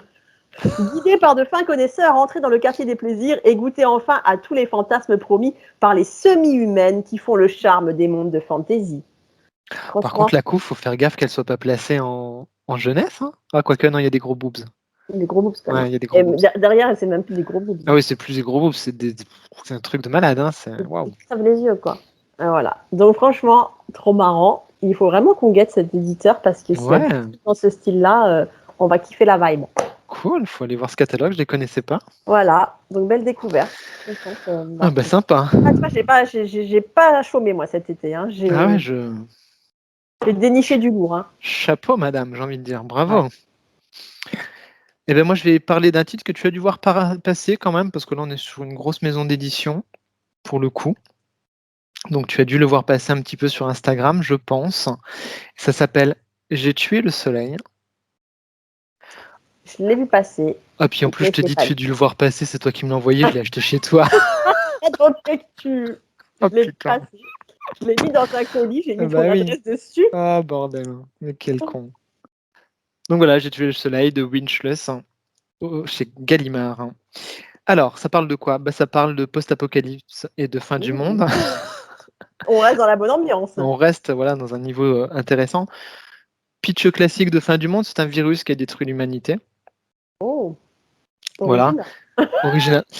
Après, à savoir que donc j'ai écouté un podcast sur France Culture qui s'appelle Mauvais Genre, hein, recommandé par les gens de Playlist Society, Ouais. où Winchless était interviewé justement dans le cadre de la sortie de cette BD, où il expliquait que celle-ci, il a commencé à l'écrire il y a plus de 3 ans, en fait, hein, bien avant la pandémie, mais qu'il s'est fait voler en fait le début de son travail dans le train. Voilà. Donc, en fait, il est revenu dessus après, mais le pitch de départ Ouais. était bien avant la pandémie qu'on vit actuellement. Donc, Même si c'était après. voilà. Mais ce qui est, voilà, c'est vrai qu'aujourd'hui, ça sort alors qu'on est en pleine pandémie, Ouais. avec tout le bordel que ça fout. Donc, on va suivre l'histoire de ce héros. Je vais vous montrer les dessins parce que, en termes de dessin, c'est absolument sublime. Le mec a un talent, bah, le mec est absolument trop fort. Donc, on va suivre l'histoire de ce mec-là, complètement bourru. Donc, tu vois, en termes de dessin, on a beaucoup, beaucoup de noir et blanc. Il y a quelques touches de couleur, mais très peu. Ouais. Je sais pas si tu vois bien le dessin. Et c'est beau, hein. C'est sublime. En termes de dessin, c'est vraiment graphiquement, c'est complètement ouf. Donc, on va le voir. Il va y avoir 2 parties. Donc, une première partie plutôt classique de survie, voilà, où il va être un peu seul. Il va rencontrer des factions qui s'opposent un petit peu, et une deuxième partie qui va reprendre le début de sa vie, hein. L'ouvrage commence par après. Premier titre, après, on voit cette partie-là, et avant, où on va voir ce qu'il était avant, ce personnage-là. Je ne vais pas trop en raconter. Pourquoi? Parce que c'est une BD qui se lit très vite, il y a peu de dialogue. L'essentiel de la narration se fait par le dessin, ça tombe bien, on est dans une bande dessinée. Et surtout parce qu'il y a un retournement qui arrive dans le pitch, qui va venir un petit peu secouer ce récit classique du post-apo qu'on peut connaître et qu'on peut avoir, et qui est un retournement qui est quand même assez cool et assez barré. Et je voudrais pas gâcher le plaisir de l'histoire. Tu vois ce que je veux dire? Je peux pas Donc trop ça, le dire. ouais, je peux pas en trop en divulguer. Vous avez donc ce héros qui est amnésique, qui se réveille, qui se souvient plus trop de lui, de ce qu'il était avant. Il fait son histoire post-apo, il rencontre des gens et il va se souvenir après coup de ce qu'il était, de ce qu'il a fait. Voilà, en gros, c'est très très bien. Donc vraiment graphiquement, c'est hyper chiadé. Franchement, il y a un travail de malade sur le dessin qui est fait. Tu vois, il y a un trait qui est assez gras, qui est très dur Ouais, comme ça, en qui est brut comme ça. vraiment, voilà, qui est très brut, très violent, très charnu, très charnel. Vraiment, on a quelque chose qui est presque viscéral dans le dessin et qui du coup est très en phase avec finalement l'histoire, avec tu vois des moments où il y a des gros plans comme ça sur des séquences, c'est assez Ouais, ouais. cinématographique aussi, on sent, hein, Winchlus a travaillé sur l'adaptation de Persepolis au cinéma, donc on sent qu'il a une maîtrise comme ça du cadre qui est forte. Des scènes de violence aussi extrêmement travaillées, avec des personnages qui te plairaient beaucoup à un moment donné. On a l'impression d'être un peu, tu sais, dans le remake de La colline à des yeux de Hadja, où on a des personnages, tu sais, un Ah, peu, voilà, tu vois, un peu ça. ok. Et donc j'ai trouvé ça vraiment très bon, dans le sens où on a un pitch qui vient nous retourner un petit peu la tête à la fin de l'histoire, hein, presque un double retournement comme ça, Ah ouais. qui nous explique qui est ce personnage. Franchement, c'est à lire. Ça vaut pas Ah, très cher en plus, je crois que ça vaut 22 euros. Ça va, c'est un gros livre. Hein. Alors, c'est un gros livre, mais par contre, qui se lit rapidement. Ouais. Vraiment qui se lit vite. Par contre, c'est le genre d'histoire que tu vas relire plusieurs fois. Tu vas pas le relire non plus 50 fois, mais ça se lit bien 2-3 fois, parce que vraiment en termes de dessin, tu as envie à ta deuxième lecture, peut-être de prendre plus le temps de regarder son travail et tout ça. Donc, c'est très, très bon. J'ai tué le soleil, Winchless, chez Gallimard. Bon, bah, tu m'as convaincu, je vais l'acheter. Ouais, lis-le, ça va te plaire et notamment en termes de dessin, je pense que ça peut vraiment te plaire, ce côté un peu gras, un peu Ouais. brut, un peu viscéral. Bon, cool. Est-ce qu'on arrive tout doucement? Moi, il m'en reste 3. Il m'en reste 3 aussi. Bon, là, il y en a un, je le passe rapide parce qu'en fait, tout le monde le connaît. Ah bah alors, allez. Non, mais tu sais, il y a des BD comme ça, tu les vois passer quand elles sortent et tout le monde en parle et tant mieux. Mais du coup, tout le monde en a tellement parlé que tu as Ouais. l'impression que tu l'as déjà lu. Ah oui, Et puis, moi, ça m'arrive souvent. Et puis, des années après, je retourne dessus, je dis, ah bah tiens, finalement, je ne l'ai pas encore lu, donc je vais me faire une idée. Et là, tu le lis et tu te dis, oh, mais pourquoi je ne l'ai pas lu avant? Ouais. Bella ciao. Le Ouais. baron. Non, Ah, tu je l'as pas sais. lu? Non. Bah non. Oh, tu es comme moi, toi, donc ça va. Alors, c'est le premier tome, la suite est attendue, mais il a quelques années, hein, donc. Ou alors Ok. le fait est sorti, je suis pas au courant. Donc Bella Ciao, Cette c'est émission préparée. ouais, toujours très bien préparé. C'est une chronique familiale. C'est une histoire, l'histoire d'une famille italienne sur plusieurs générations. Ok. Le mec est du coin. euh, Mes grands-parents sont italiens, donc forcément toute cette BD, elle fait écho Ah oui. tout le temps.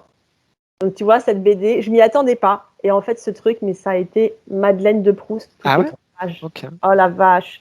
J'en ai parlé à ma grand-mère, elle en avait les larmes aux yeux, elle me dit tu me l'apprends, hein, tu me l'apprends. Donc, tu vois, après demain elle part chez ma grand-mère Cool. et qui ne lit pas de BD, mais qui veut trop lire ça parce que quand je lui en parlais, elle me dit ah c'est pas vrai. Quelqu'un a fait un livre là-dessus. Alors déjà, il y a toute la dimension historique qui est excellente. J'ai appris plein de trucs. J'ai appris des trucs que j'ignorais. Ça commence sur l'épisode des Salines d'Aigues-Mortes en 1893. Est-ce que tu sais, toi, ce qui s'est passé là-haut avec les Italiens? Alors, j'adore Aigues-Mortes, mais je ne sais absolument pas ce qui s'est Ouais, moi passé. aussi, D'ailleurs, j'y j'allais retourne en là, j'y vacances. retourne, ouais. J'y ai passé mes vacances. J'ai passé mes vacances Qu'est-ce qui en s'est passé avec les Italiens à Aigues-Mortes? Et ben en fait, à cette époque-là, les Italiens venaient travailler dans les marais salants. Ouais. Et il y avait des conflits perpétuels, des conflits qui sont toujours les mêmes aujourd'hui, hein, entre les Italiens qui venaient bosser, qui bossaient dur, qui abattaient 2-3 fois plus de travail que les Français parce qu'il fallait vraiment bosser, quoi. Et puis les Français qui se plaignaient que les Italiens venaient leur bouffer leur travail. Ah oui, bah oui, parce qu'avant, les Italiens, Ah, c'était considéré comme les Maghrébins aujourd'hui, quoi, à exactement, l'époque. Mais ça, on c'est l'oublie ça. vite, hein. Et puis, ben, un jour, ce jour-là, en tout cas, la bagarre de trop qui part en vrille et ça s'est fini en massacre. Ah Voilà. putain. Et plusieurs ouvriers italiens ont été massacrés par les Français, mais vraiment littéralement massacrés, suite à un conflit Ce pays. entre ouvriers, quoi. Et franchement, l'épisode, tu vois, ça dure vraiment sur quelques pages. Alors, tout cet épisode-là, c'était sur du dessin noir et blanc. C'est excellent. Donc, c'est toute la première partie du livre. Et après, tu as un pitch, l'auteur te raconte le dénouement de cette affaire. Et puis, Alors, tu as tu vois, moi, l'histoire de ces types, quoi, des pauvres types qui ont été massacrés. alors, tu vois, autant moi je peux lire des trucs trash, autant dès qu'on est sur la discrimination d'une catégorie de personnes, moi j'ai du mal. C'est trop dur pour moi. C'est hyper balèze. En plus, si tu Ça me veux, prend au quand je triple. te dis que ça fait écho tout le temps, mon histoire familiale, c'est ça. Ma grand-mère, elle m'a toujours raconté que quand ses parents sont arrivés en France, on a tendance à l'oublier, comme tu dis. Hein, maintenant, ça a changé. C'est plus les mêmes études. Mais les Italiens s'en sont pris plein la gueule. Les Italiens se tapaient la merde de tout le monde. Moi, mon arrière-grand-père, c'est comme le père de Cavana dans l'Hérital, il débouchait les fausses à merde des Français parce que personne ne voulait le faire. Et tu vois, ça a été terrible la façon dont ils ont été traités, quoi. Et tu vois, ça pareil, ça m'a fait un gros pincement au cœur parce que je dis, ouais, putain, il y a quand même des mecs qui en parlent, quoi. Parce que j'ai l'impression que toutes ces histoires-là, des fois, elles sortent pas vraiment du Elles cadre. sont oubliées. Voilà. Ouais. Si, quand t'es petit, tu vois, moi, c'est mon cas, quand t'es petite fille ou arrière-petite fille d'Italiens immigrés, tu le sais, ça. Tu le sais. Mais si c'est pas le cas, tu vois, si t'es pas issu d'une famille italienne, t'as aucune idée de tout ça. Donc ça, c'est le pitch de départ. Pareil, après, c'est hyper bien documenté. il te met un article d'un journal en 1905 qui donnait un descriptif des Italiens, hein, des immigrés italiens. Et alors, c'est terrible. On te les fait passer, voilà. Les Italiennes, on te les décrit comme des vieilles sordides à la peau fripée, des bêtes mortes, ne sont pas enfouies parce que les Italiens les trouvent excellentes pour en faire des ragoûts, de l'enfer. Enfin, on te les présente comme si c'était vraiment... Donc ça, c'est le pitch de départ. Et c'est pour ça que je trouve que cet album, il est ultra intelligent dans sa construction. Pitch de départ, voilà ce qu'ont vécu les Italiens quand même quand ils sont arrivés en France. Ça, j'irai pas l'oublier quand même. Et puis, voilà ce qu'on disait d'eux. Et ensuite, tu passes sur de la planche en couleur. Et là, c'est trop bien. C'est une famille italienne, décennie après décennie. Voilà, tu vas les suivre, tu vas les voir dans les années 60, tu vas les voir... Et en fait, moi, ce truc, je l'ai adoré parce que à chaque page, c'est un truc que je connais, quoi. C'est un truc que ma grand-mère me disait. C'est des trucs que tu connais. Jusque dans la cuisine, quoi. Tu vois, pareil, les conflits entre les Italiens, les immigrés italiens qui étaient encore pour le duce, et puis les Italiens communistes. Moi, je suis issue d'une famille de militants communistes, quoi. Militants communistes. Mon grand-père, il a fait les camps de concentration, quoi. Et donc, tu vois, ça pourrait pas être mon histoire familiale, chacun a sa propre histoire, mais ouais, ça fait écho, ça résonne forcément sur pas loin. des choses c'est que hyper documenté, t'as des extraits d'état civil, c'est vachement bien, et puis t'as toute l'histoire des communistes, et puis t'as aussi la cuisine, et à la fin il raconte les fameuses capellettes, comment on les fait, le matériel qu'ont les grands-mères, et ça c'est mon enfance, quoi. C'est les dimanches quand je vais chez ma grand-mère et qu'elle nous fait les capellettes, quoi. Donc en fait ce truc c'est une Madeleine de Proust de A à Z. Et puis comme le mec est de notre coin en plus, il fait référence à des coins, tu sais, Villerue, enfin des coins de oui, parce que moi j'ai beaucoup de mes potes, c'est des Italiens. Hein. Ah en Lorraine. En Orange, il y avait beaucoup d'Italiens, quoi. Et la plupart de mes très bons amis que j'ai connus à l'adolescence, avec qui on est toujours amis, que je vais voir ce Noël, ben effectivement, ils sont issus de familles italiennes. Hein, les meilleurs potes. Ma cousine qui vient du Sud, un jour, elle me disait, ouais, mais comment ça se fait que vous avez autant, vous avez vachement de supermarchés italiens ici, où on trouve des fromages italiens, de la charcuterie italienne. Elle me dit, on n'a pas ça dans le Sud. J'ai dit, mais ici, il y a des Italiens partout en Lorraine. Ouais. C'est obligé d'en avoir. Donc, trop bien. Mais tu vois, limite, je suis contente de l'avoir découvert que maintenant, après l'engouement et c'est super. Donc demain, je vais voir ma petite grand-mère et puis je lui offre, elle sera contente. Elle va chialer un coup. Je sais pas si elle l'a lu, mais fille fan de BD qui adore l'histoire en BD, c'est quelque chose pour elle si elle l'a pas lu. Mais je suis sûr elle l'a déjà lu. Ça, j'ai envie de l'offrir à tout le monde là. Ouais, je comprends. Donc voilà. Ouais, mais c'est vrai que moi j'ai du mal avec la discrimination, c'est quelque chose qui me fait beaucoup de mal. Donc, ils ont pris cher les Italiens. Ah oui, ils ont pris cher. Ouais. Moi, quand j'entends encore maintenant les gens qui parlent de la guerre et qui disent ouais, pendant que nous, nos bonhommes, ils partaient à la guerre, les Italiens, ils construisaient des murs, ils empilaient des briques. Je dis, oh, c'est gentil, moi, mon arrière-grand-père, il est mort à la guerre. Et il était italien de chez italien. Et il s'est battu pour la France, quoi. Donc, t'entends encore des bonnes conneries quand même sur les Italiens. Et, enfin bref, on va pas s'énerver. Non, on va pas s'énerver. Bon. Allez, remonte le niveau. Alors, je sais pas si je vais remonter le niveau. Je laisse le bandeau. Je vais te parler d'un truc. C'est moins trash que tout ce que j'ai présenté jusqu'à présent. Oh. Oui. C'est moins trash, mais je vais revenir avec quelque chose. Personne ne meurt Si, un petit peu quand même, mais pas trop. La balade de Halo Jones. Ah, je l'ai vu passer. Ouais. C'est chez Delirium. C'est du maître. C'est trop bien. Ouais. C'est de Alan Moore. Alan Moore. Quand il était chez AD2000. Donc, c'est pas vraiment des œuvres de jeunesse, même si on pourrait le résumer comme ça. C'est quand il écrivait pour le magazine anglais. C'est l'histoire donc de Halo Jones, une femme. Donc quand même dans les années 80, au début des années 80, il écrit ça hein, quand il n'y a pas encore beaucoup de super-héroïnes, badass, machin. Hein. Pas trop, donc voilà, donc déjà il scoltine à ça. Et puis c'est du Alan Moore, donc forcément ça reste très très bon. En termes de dessin, c'est Ian Gibson, donc je vais te montrer l'intérieur parce qu'on est là aussi pour ça en termes de dessin. Donc on est sur quelque chose de plus classique.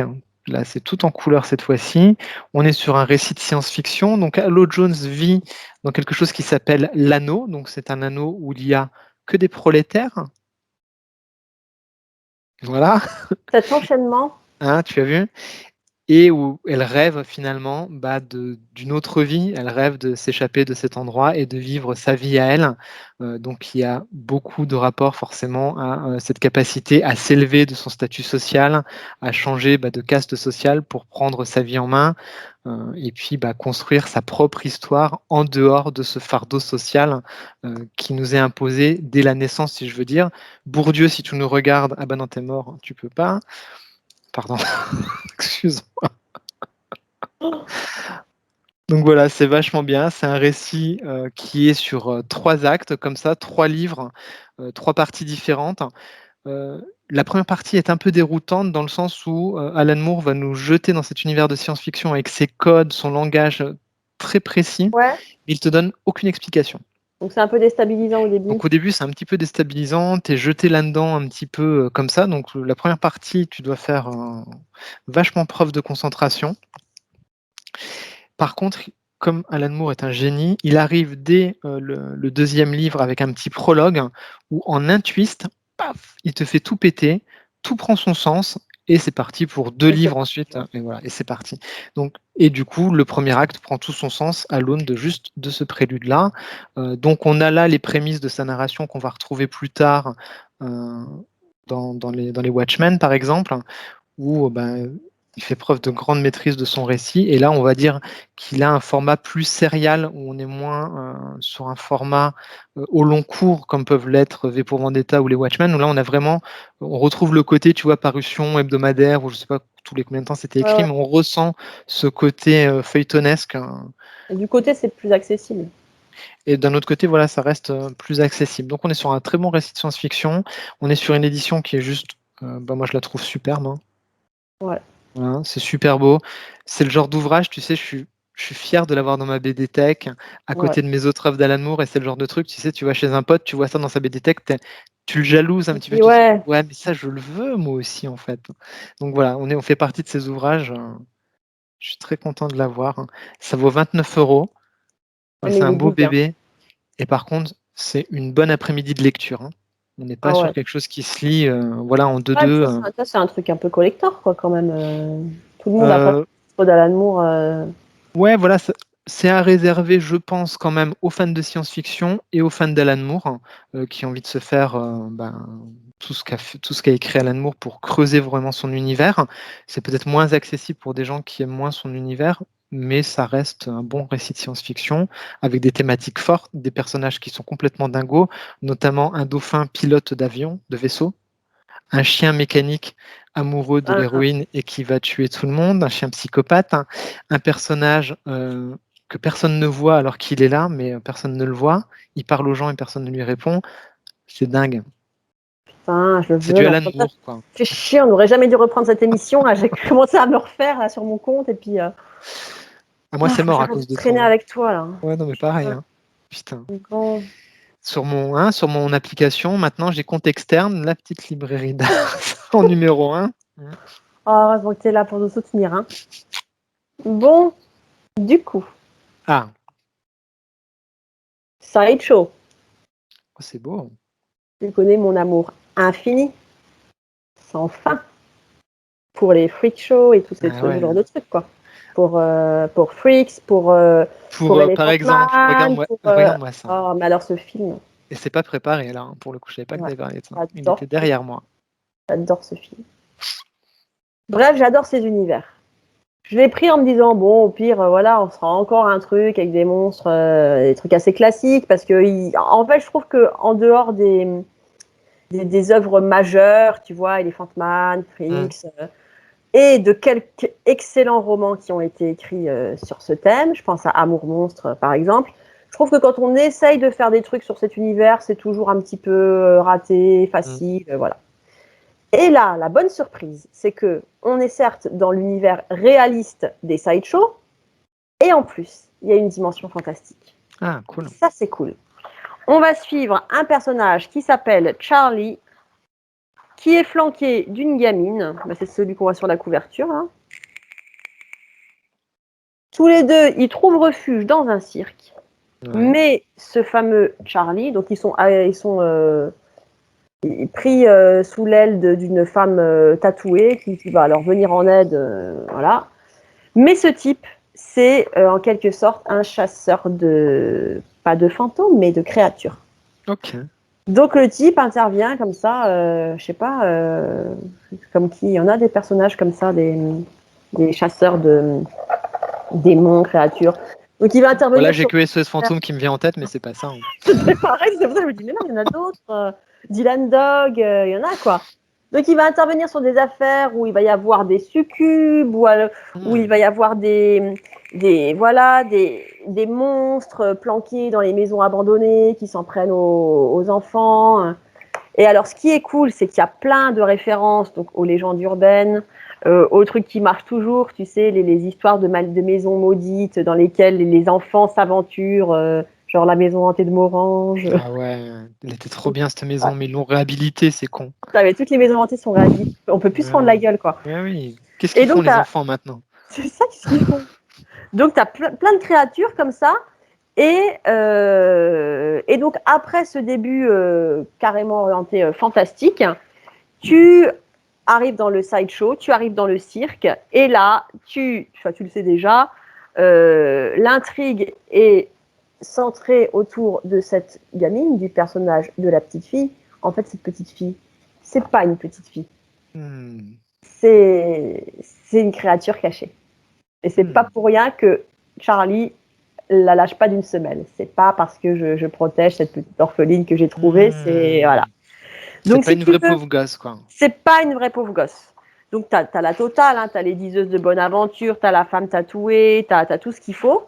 Ce tome 1, ça fait vraiment, c'est un pilote, quoi. D'accord. Parce que ça te laisse un peu sur ta faim, dans le sens où ça te balance tous ces éléments super. Tu dis, ouais, c'est cool, il y a des créatures, il y a des machins, mais bof, ça met un truc en place. Et voilà, je trouve que ce tome 1, juste, il te met en appétit pour la suite. Tu te dis, ok, c'est après que ça va démarrer. Du coup, voilà, je pense que ça va être une série plutôt prometteuse, Sideshow. Super joli en tout cas. Ouais, ça coûte 14,95, donc ça, c'est pas très cher, hein, c'est un grand format. Et c'est chez Soleil à nouveau. Ok. Voilà. D'accord. Et ma fille qui écoute Plan Cuite en direct, heureusement. Tous les trucs. Ok. Mais elle est là depuis le début? Non, elle vient d'arriver. Ah, ok. Heureusement que j'ai plus rien de trop traumatisant à passer. Ah, la pauvre, elle peut pas aller en bas parce que les grands, ils ont mis Seven à la télé. Ah oui. Ah bah, tu peux pas y aller alors. Reste avec maman. On ira Après, je regarder peux lui spoiler la fin si elle veut. Quoi? Combien de temps il nous reste plus qu'un livre chacun à préparer avec Kevin? Ça fait déjà 1h32. 1h32, faut qu'on se bouge le cul là. J'ai 2 livres. Allez, go, go, go! Allez, alors, je tiens à remercier Fifan de BD pour ce livre parce qu'elle me l'a offert, elle me l'a envoyé. Donc, un énorme merci. Tu t'en coupes? Non. Juste au moment où je dis qu'il faut qu'on accélère, bam. Non, mais incroyable. Incroyable. Non, mais l'émission n'est pas préparée, quoi. L'émission n'est pas préparée. Alors, toi, tu as la nouvelle version, la dernière édition. Moi, j'ai pris, je sais que c'est la dernière, mais je trouvais que la vieille, elle était plus jolie. Selon mes goûts. Selon mon propre sens de l'esthétisme. Écoute, je saurais pas dire s'il y en a une qui me plaît plus que l'autre. C'est vrai que la tienne est pas mal aussi, la couve est jolie. Mais fais voir l'épaisseur, parce que moi, il est fin le mien. Ouais, toi aussi. Ouais. J'espère que c'est la même histoire au moins. Ouais, c'est la même histoire. Bah oui. C'est la même histoire, parce que je sais, j'ai vu passer chez tous les libraires ton édition. Ouais. Et puis moi, quand je l'ai commandé pour la librairie, je me suis dit, oh, je trouve que celui-là, il est plus beau. Du coup, j'en ai pas vendu. Tout le monde veut la nouvelle. Non, je rigole. Ah bah oui. Tu m'étonnes. Ça m'a pas empêché de fourguer cette histoire. Ah, vas-y, raconte. Ah bah vas-y, raconte. Je trouve... Non, vas-y. Je trouvais que c'était plus mystérieux, celle-là. C'est vrai qu'elle a un côté plus mystique. Par contre, c'est vrai que le bas, par contre, est un petit peu... Ouais. J'aime bien le haut, mais j'aime moins le bas. Mais bon, après, ça, c'est... Ouais, bon, écoute, on va se manier le cul, parce qu'on a dit qu'on allait faire vite, et puis là, on est blogué sur une débattre sur les couvertures. Bravo, quel talent. Allez, donc, c'est l'histoire d'un groupe de personnes qui arrivent sur une plage. Voilà, en tout bien, tout honneur, ils arrivent, c'est les vacances, il y a les enfants, ils arrivent à la plage. Tout le monde rigole, on va passer une bonne journée, on va passer une très très bonne journée.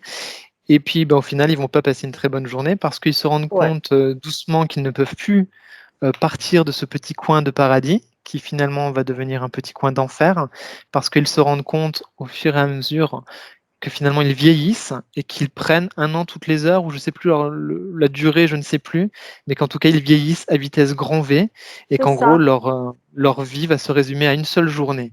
Je sais pas ce que tu en as pensé, mais le moment où on découvre dans la BD comment ça apparaît, c'est-à-dire via les enfants Les avec enfants. qui les vêtements ne vont plus. Et Oh c'est là bien là, mais c'est amené parce que oh, c'est amené tout doucement. La maman comprend pas, mais je viens de lui acheter ce maillot de bain. Pourquoi il est trop petit? ah ouais, moi ça m'a traumatisé ce passage. Ça Ouais. vraiment, j'ai trouvé ça. Ah ouais, j'ai trouvé ça Le vraiment fait très que ce fort. soit, les gosses qui d'un coup mettent la puce à l'oreille des parents qui se rendent pas compte qu'eux aussi sont en train de. Parce que c'est amené dans une situation de discussion de couple où le père dit à sa femme: mais tu aurais quand même pu lui prendre un maillot de bain à sa taille. Elle lui dit: mais oui, je lui ai pris, ne t'inquiète pas. Et en fait, là, ils se rendent compte de ce qui est en train de se passer. Et c'est assez effroyable, je trouve. Le moment est assez glaçant. Bah De vas-y, toute façon, dis-nous ce cette que BD, tu en moi, as. ça a été une grosse claque. Mm. Je l'ai refermé, c'est qu'elle qui m'avait foutu une grosse tarte dans la gueule, quoi. Tu sais, j'étais un peu, après, je sais plus où je suis. Ouais, Donc ouais, le pitch c'est ça. Et puis après le moment où, parce qu'ils essayent quand même, ils se disent, bah, il suffit de se barrer de cet endroit, puis c'est tout fini. à Mais fait. non, ils sont pris dans une espèce de boucle C'est ça. spatio-temporelle. C'est Quand tu ça. arrives au bout du chemin, bah, tu es à nouveau sur la plage, ils ne peuvent pas en sortir. Tout à Et ils se fait. mettent tous à vieillir. Et après le coup des gosses, les femmes commencent à devenir des vieilles dames comme ça, parce qu'elles arrivent à la plage, elles sont souvent comme les femmes, hein, toutes pomponnées comme ça, toutes coquettes, avec leur petit maillot de bain et tout. Et putain, j'ai trouvé que c'était hyper efficace parce qu'en fait, l'histoire, tu vois, il se passe tout le temps des trucs, ça passe à toute vitesse, quoi. Ouais. Même toi, quand tu le lis, tu ressens ce truc, c'est cette espèce d'impuissance face aux choses qui vont à toute vitesse. Ouais, alors moi je te rejoins, j'ai trouvé ça absolument génial. C'est vraiment excellent. Il y a beaucoup de choses. Bah, il y a ce rapport forcément à notre propre mort qui est ramené, mais alors en 2 secondes et demie, donc forcément tu te l'appropries en te disant: «Mais qu'est-ce que je fais dans cette vie?» Ouais, Hein, on va pas se cacher le truc, c'est un peu ça quand même, la grosse métaphore. Il y a aussi, tout ce rapport à l'autre, au rapport qu'on a aux autres qui nous entourent, qui est incroyable et qui est extrêmement bien traité, c'est fait de façon très intelligente. Le rapport à son propre corps, le rapport au corps de l'autre, le rapport à la sexualité ouais. qui est On extrêmement trouve bien ça dedans, traité quelques parce que, pages. en chaque fois, en quelques cases, quelques pages, c'est amené de façon, très intelligente, toujours de façon très subtile et justement on évoquait dans le précédent numéro, cette sexualité qui évolue en fonction de ton âge. Ouais. Pareil, là, c'est fait, c'est esquissé en oh là là, mais c'est brillant, brillant, brillant, brillant, brillant.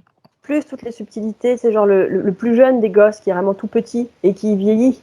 Mais il Ouais, vieillit, mais l'expérience ne suit pas. Donc oui, il reste un tout petit garçon dans un corps d'adulte vieillissant. c'est Et je ça. trouve que ce truc, c'est ultra efficace. Oh, la fin, bon, à la fin, elle t'achève, quoi. T'es Oh, la fin, scotché. la fin, elle est Voilà. vraiment hard. Donc c'est, moi, je t'avoue que j'avais découvert le titre grâce à l'adaptation au cinéma de Shyamalan, hein. Oui, J'avais vu pareil. la J'ai bande-annonce pas où vu le film, mais quand j'ai vu la bande-annonce, je suis remontée jusqu'à ce titre je également. crois qu'on est beaucoup à avoir fait ça, donc chapeau parce que j'ai pas vu le film, hein, du coup, comme, j'ai pas pu aller au cinéma. Je me J'ai demande ce pas que envie de le voir, moi, parce qu'en fait, je ah suis ouais? consolée par l'album. Ouais, mais l'album, j'ai trouvé génial, donc Ah oui, l'album est génial. Moi, je suis ouais. curieux parce que tu sais que j'aime beaucoup le cinéma et que Ouais, Shyamalan, c'est vrai qu'il est capable de faire quand même des choses qui sont très, très bonnes. c'est vrai. Château de sable, c'est vraiment à lire et à relire. Mm. C'est encore une fois du noir et blanc, on est bon en noir et blanc, hein, sur cet Ouais, épisode. Mais c'est pareil, hein, au dessin, c'est magnifique. C'est chez Atrabile. ouais. Je connaissais pas l'éditeur et vraiment, c'est une des grosses lectures là, de mon été. Ah bah, je suis contente que tu l'aies lu aussi. C'était ton numéro 1 du coup? Bah ouais, du coup, tu vois, c'était mon dernier. Je l'avais gardé pour la fin. Ouais, donc là, c'est clairement un label plan culte, hein, Château Ouais, de sable. Et du coup, bah, je passe à mon numéro 1, ouais. qui est encore un cran au-dessus. Toi, tu sais, tu vas savoir ce que c'est parce qu'on en avait parlé dans l'émission qui a disparu. Je l'ai oublié, je vais le redécouvrir. Ah! Lost Dog de Je le Jeff Lemire. redécouvre et c'est merveilleux. Tu vas m'en reparler. Je vais te redire, mais ça a l'air trop bien. Ouais, c'est alors attention, c'est encore une fois une histoire très dure, très très dure. C'est un petit bouquin comme ça fait pas beaucoup de pages. C'est chez Comics Initiative, où on a Ça déjà se lit parlé vite. de cet éditeur-là. Ça se lit vite, mais par contre, c'est un bijou. C'est un récit dramatique d'une force et d'une puissance. Jeff Lemire devait être dans un état, je pense, de tristesse quand il a écrit ça. On va suivre l'histoire de ce personnage très grand, très costaud, qui travaille à la ferme, qui a pour seul bonheur sa fille et sa femme. On est vraiment dans un monde de gens pauvres, miséreux, mais ils ont leur petit bonheur à eux, leur bulle. Et donc, ils vivent leur vie comme ça tranquillement et ils décident d'aller à la ville. Voilà, pour aller voir le spectacle de marionnettes, pour faire plaisir à la petite, découvrir le port parce qu'il y a des bateaux. Et ils vont aller se balader au bord du port, justement, de voir ces gros bateaux, mais un petit peu tard le soir. Et là, malheureusement, erreur fatale, c'est-à-dire que, en train de regarder la mer tranquillement, il y a un groupe de malfrats qui va arriver et qui va donc tuer sa fille devant ses yeux, violer sa femme, la laisser pour morte et lui mettre des coups de couteau et le jeter à la mer. Premier chapitre. Pour l'ambiance, Kevin, on te met un. Pas mal. Sur cette émission, pas mal. Il va être repêché, ce grand géant costaud, et il va être récupéré par un vieil homme qui a un peu gâché sa vie et à qui il va demander de se battre dans des combats de boxe. Un seul grand géant parce qu'il est tellement balèze, il lui dit tu vas battre ce mec qui est imbattable. Il y a un mec qui est imbattable dans cette ville, il y a des paris forcément d'argent. Il lui dit non, je veux pas. Hein, tu vois, il se débat, il lui dit mais en fait tu vas le faire parce que si tu gagnes, ta femme est en vie et je vais te dire où elle est. Oh. Putain, c'est pire. Fantine, arrête, tu vas faire tomber l'ordinateur. Juste au moment où j'allais dire quoi? J'ai fini dans 5 minutes là. Kevin il finit de me montrer une BD. J'allais dire c'est comme Conan. C'est comme Conan, je n'ai pas lu Conan et je n'ai pas vu le film toujours. C'est comme Conan qui se bat contre les pires, les plus forts et qui arrive à buter tout le monde parce que ce qui le tient, c'est que il va retrouver celui qui a tué sa mère et voilà. Là, c'est pareil. Ouais. Ce qui le tient, c'est qu'il va retrouver... Mais, spoiler alerte, ça finit pas bien. Oh bah, je vais l'acheter. Donc, Lost Dog, Jeff Lemire, je crois que c'est son premier récit. C'est brillant, c'est intelligent, c'est dramatique, c'est à mourir de tristesse. Ah ça m'avait tellement manqué, ça. Ce soir, je vous conseille une BD à mourir de tristesse. Moi, j'ai dit l'autre à se foutre en l'air avec les déchets. Putain. Non, mais c'est tellement beau. Franchement, c'est tellement beau. Franchement, j'ai envie que tout le monde le lise. C'est un label Plancule. C'est beau à mourir. Hein. Voilà, c'est beau à mourir. Alors je vais le lire. C'est beau à mourir. Hein. Vraiment, Lost Dog de Jeff Lemire, c'est magnifique. Je montre 3 petits trucs ou tu veux qu'on arrête? Tonton Kevin montre 3 petits trucs et c'est fini. Ok? Elle peut attendre? Oh, la tête qu'elle fait, tu devrais voir ça. Elle m'a même pas fait coucou. Viens lui faire coucou. Là, je te jure que sa tête, c'est la belle plan culte aussi.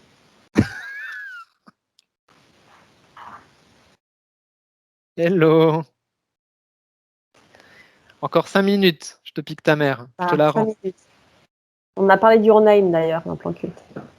Avant de parler de choses horribles. Ok. Allez, fais péter. Alors, je voulais te présenter très rapidement ce livre chez Playlist Society. J'avais déjà parlé d'un livre de Cronenberg chez eux, d'un livre de Christopher Nolan. Là, ça s'appelle Apocalypse Show, quand l'Amérique s'effondre, avec une couve qui est juste graphiquement encore dingo. C'est cool. Ouais, c'est un superbe essai sur l'analyse des séries télé après 2001 et qui traite de l'apocalypse, forcément, pour rester dans le thème de ce qu'on a vu. C'est brillant. La personne qui a écrit ça a écrit une thèse, en fait, au départ, qu'elle a, on va dire, remanié, raccourci, et c'est rendu très intelligible. C'est vraiment, vraiment très, très bon. C'est d'autant plus en phase avec ce qu'on vit en ce moment que, voilà, il y a des passages, j'aurais aimé te lire quelques morceaux, mais le temps, on est pris par le temps, j'en reparlerai dans une prochaine émission. C'est vraiment très bon, c'est un bel essai, il y a 3 parties qui sont... voilà, où tu travailles sur qu'est-ce que c'est l'apocalypse dans les séries télé, quel est le décor de l'apocalypse, quel est le temps de l'apocalypse, et ensuite le guide de survie en apocalypse qui te plairait, je pense, beaucoup. Donc c'est encore une fois extrêmement intelligent. Et ce qui est super... guide de survie pour l'apocalypse. Mais je sais que tu en as. Je sais que tu as des cachettes également pour le jour de l'apocalypse. Donc ce livre est fait pour toi. Et ce qui est vachement sympa, elle va parler des séries elle va les classer par type Type de d'apocalypse catastrophe, type d'apocalypse. et le niveau de plausibilité. Et Alors, ça, c'est trop est-ce que bon. c'est plausible l'apocalypse cannibale? Alors, tu me poses une bonne question. Non, moi, on en a J'ai déjà les parlé. zombies, donc les zombies, c'est pas possible. Non, les zombies, c'est pas possible. Mais moi, mon pire scénar, et je trouve que celui qui est le plus réaliste, c'est La Route de McCarthy. Ah oui, bah oui, on en a déjà parlé. Hein. C'est un roman traumatisant. Ah ouais, traumatisant. Et c'est vraiment, vraiment en phase avec ce qui se passe actuellement. Hein. Je te lis un morceau quand même. Hein. En parlant des récits d'apocalypse, hein. Ces récits illustrent comment le paradigme médical autour des risques de contagion influe sur la manière de penser la société et les autres. Le contact avec l'autre est contaminant et celui-ci est donc perçu comme une menace. Cette appréhension d'un autre susceptible de nous corrompre au point d'entraîner la mort caractérise les régimes de guerre, les régimes totalitaires, les régimes d'extermination. Cette perception met régulièrement les démocraties à rude épreuve. Pour se protéger, il faut diminuer le nombre de contacts. Tout rapport à autrui est modifié. On construit des murs, des forteresses, des barbelés en tout genre. Et ouais, hein, tu sais, quand on a Voilà. déjà parlé des zombies dans les émissions, et puis on en a déjà parlé nous ensemble. Regarde les zombies, il y a eu les débuts du zombie au cinéma, et puis après, pouf, ça a chuté et c'est revenu. Et si tu mets ça en relation avec le contexte, avec ce qu'on vit, pareil, c'est super révélateur. C'est pas pour rien que d'un seul coup, le zombie redevient à la mode. Il y a tout un background qui colle avec cette mouvance, quoi. Et justement, ce qui est intéressant dans cet ouvrage, c'est qu'elle analyse bien certains trucs, comme par exemple le zombie au départ, quand il est apparu chez Romero, Ouais, on est sur un zombie qui critique la société de consommation, et aujourd'hui on est sur un zombie qui critique l'aspect totalitaire qui est en train de se mettre en place. c'est vrai. Bref, c'est Bref, extrêmement bien comme ça d'habitude. mériterait. On pourrait faire un épisode entier là-dessus. Tout à fait. Ah, Evelyne, peut-être. je te vois venir.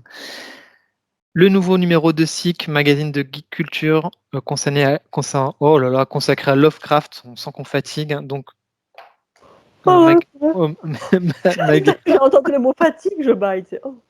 magazine qui est donc en financement participatif, où on a des très belles illustrations avec pour ceux qui ont soutenu. Un magazine 100% imprimé en France, rédaction 100% française, des très belles illustrations. Voilà, c'est un très très bon un très bon MOOC, parce qu'on appelle ça des MOOC, la contraction de book et magazine. Et il n'y a pas que du Lovecraft, il y a plein de choses de la culture geek dans ce magazine, et c'est très très sympathique. Dernière petite chose, et après je te laisse aller dormir, Evelyne, parce que je vois que je suis en train de te perdre.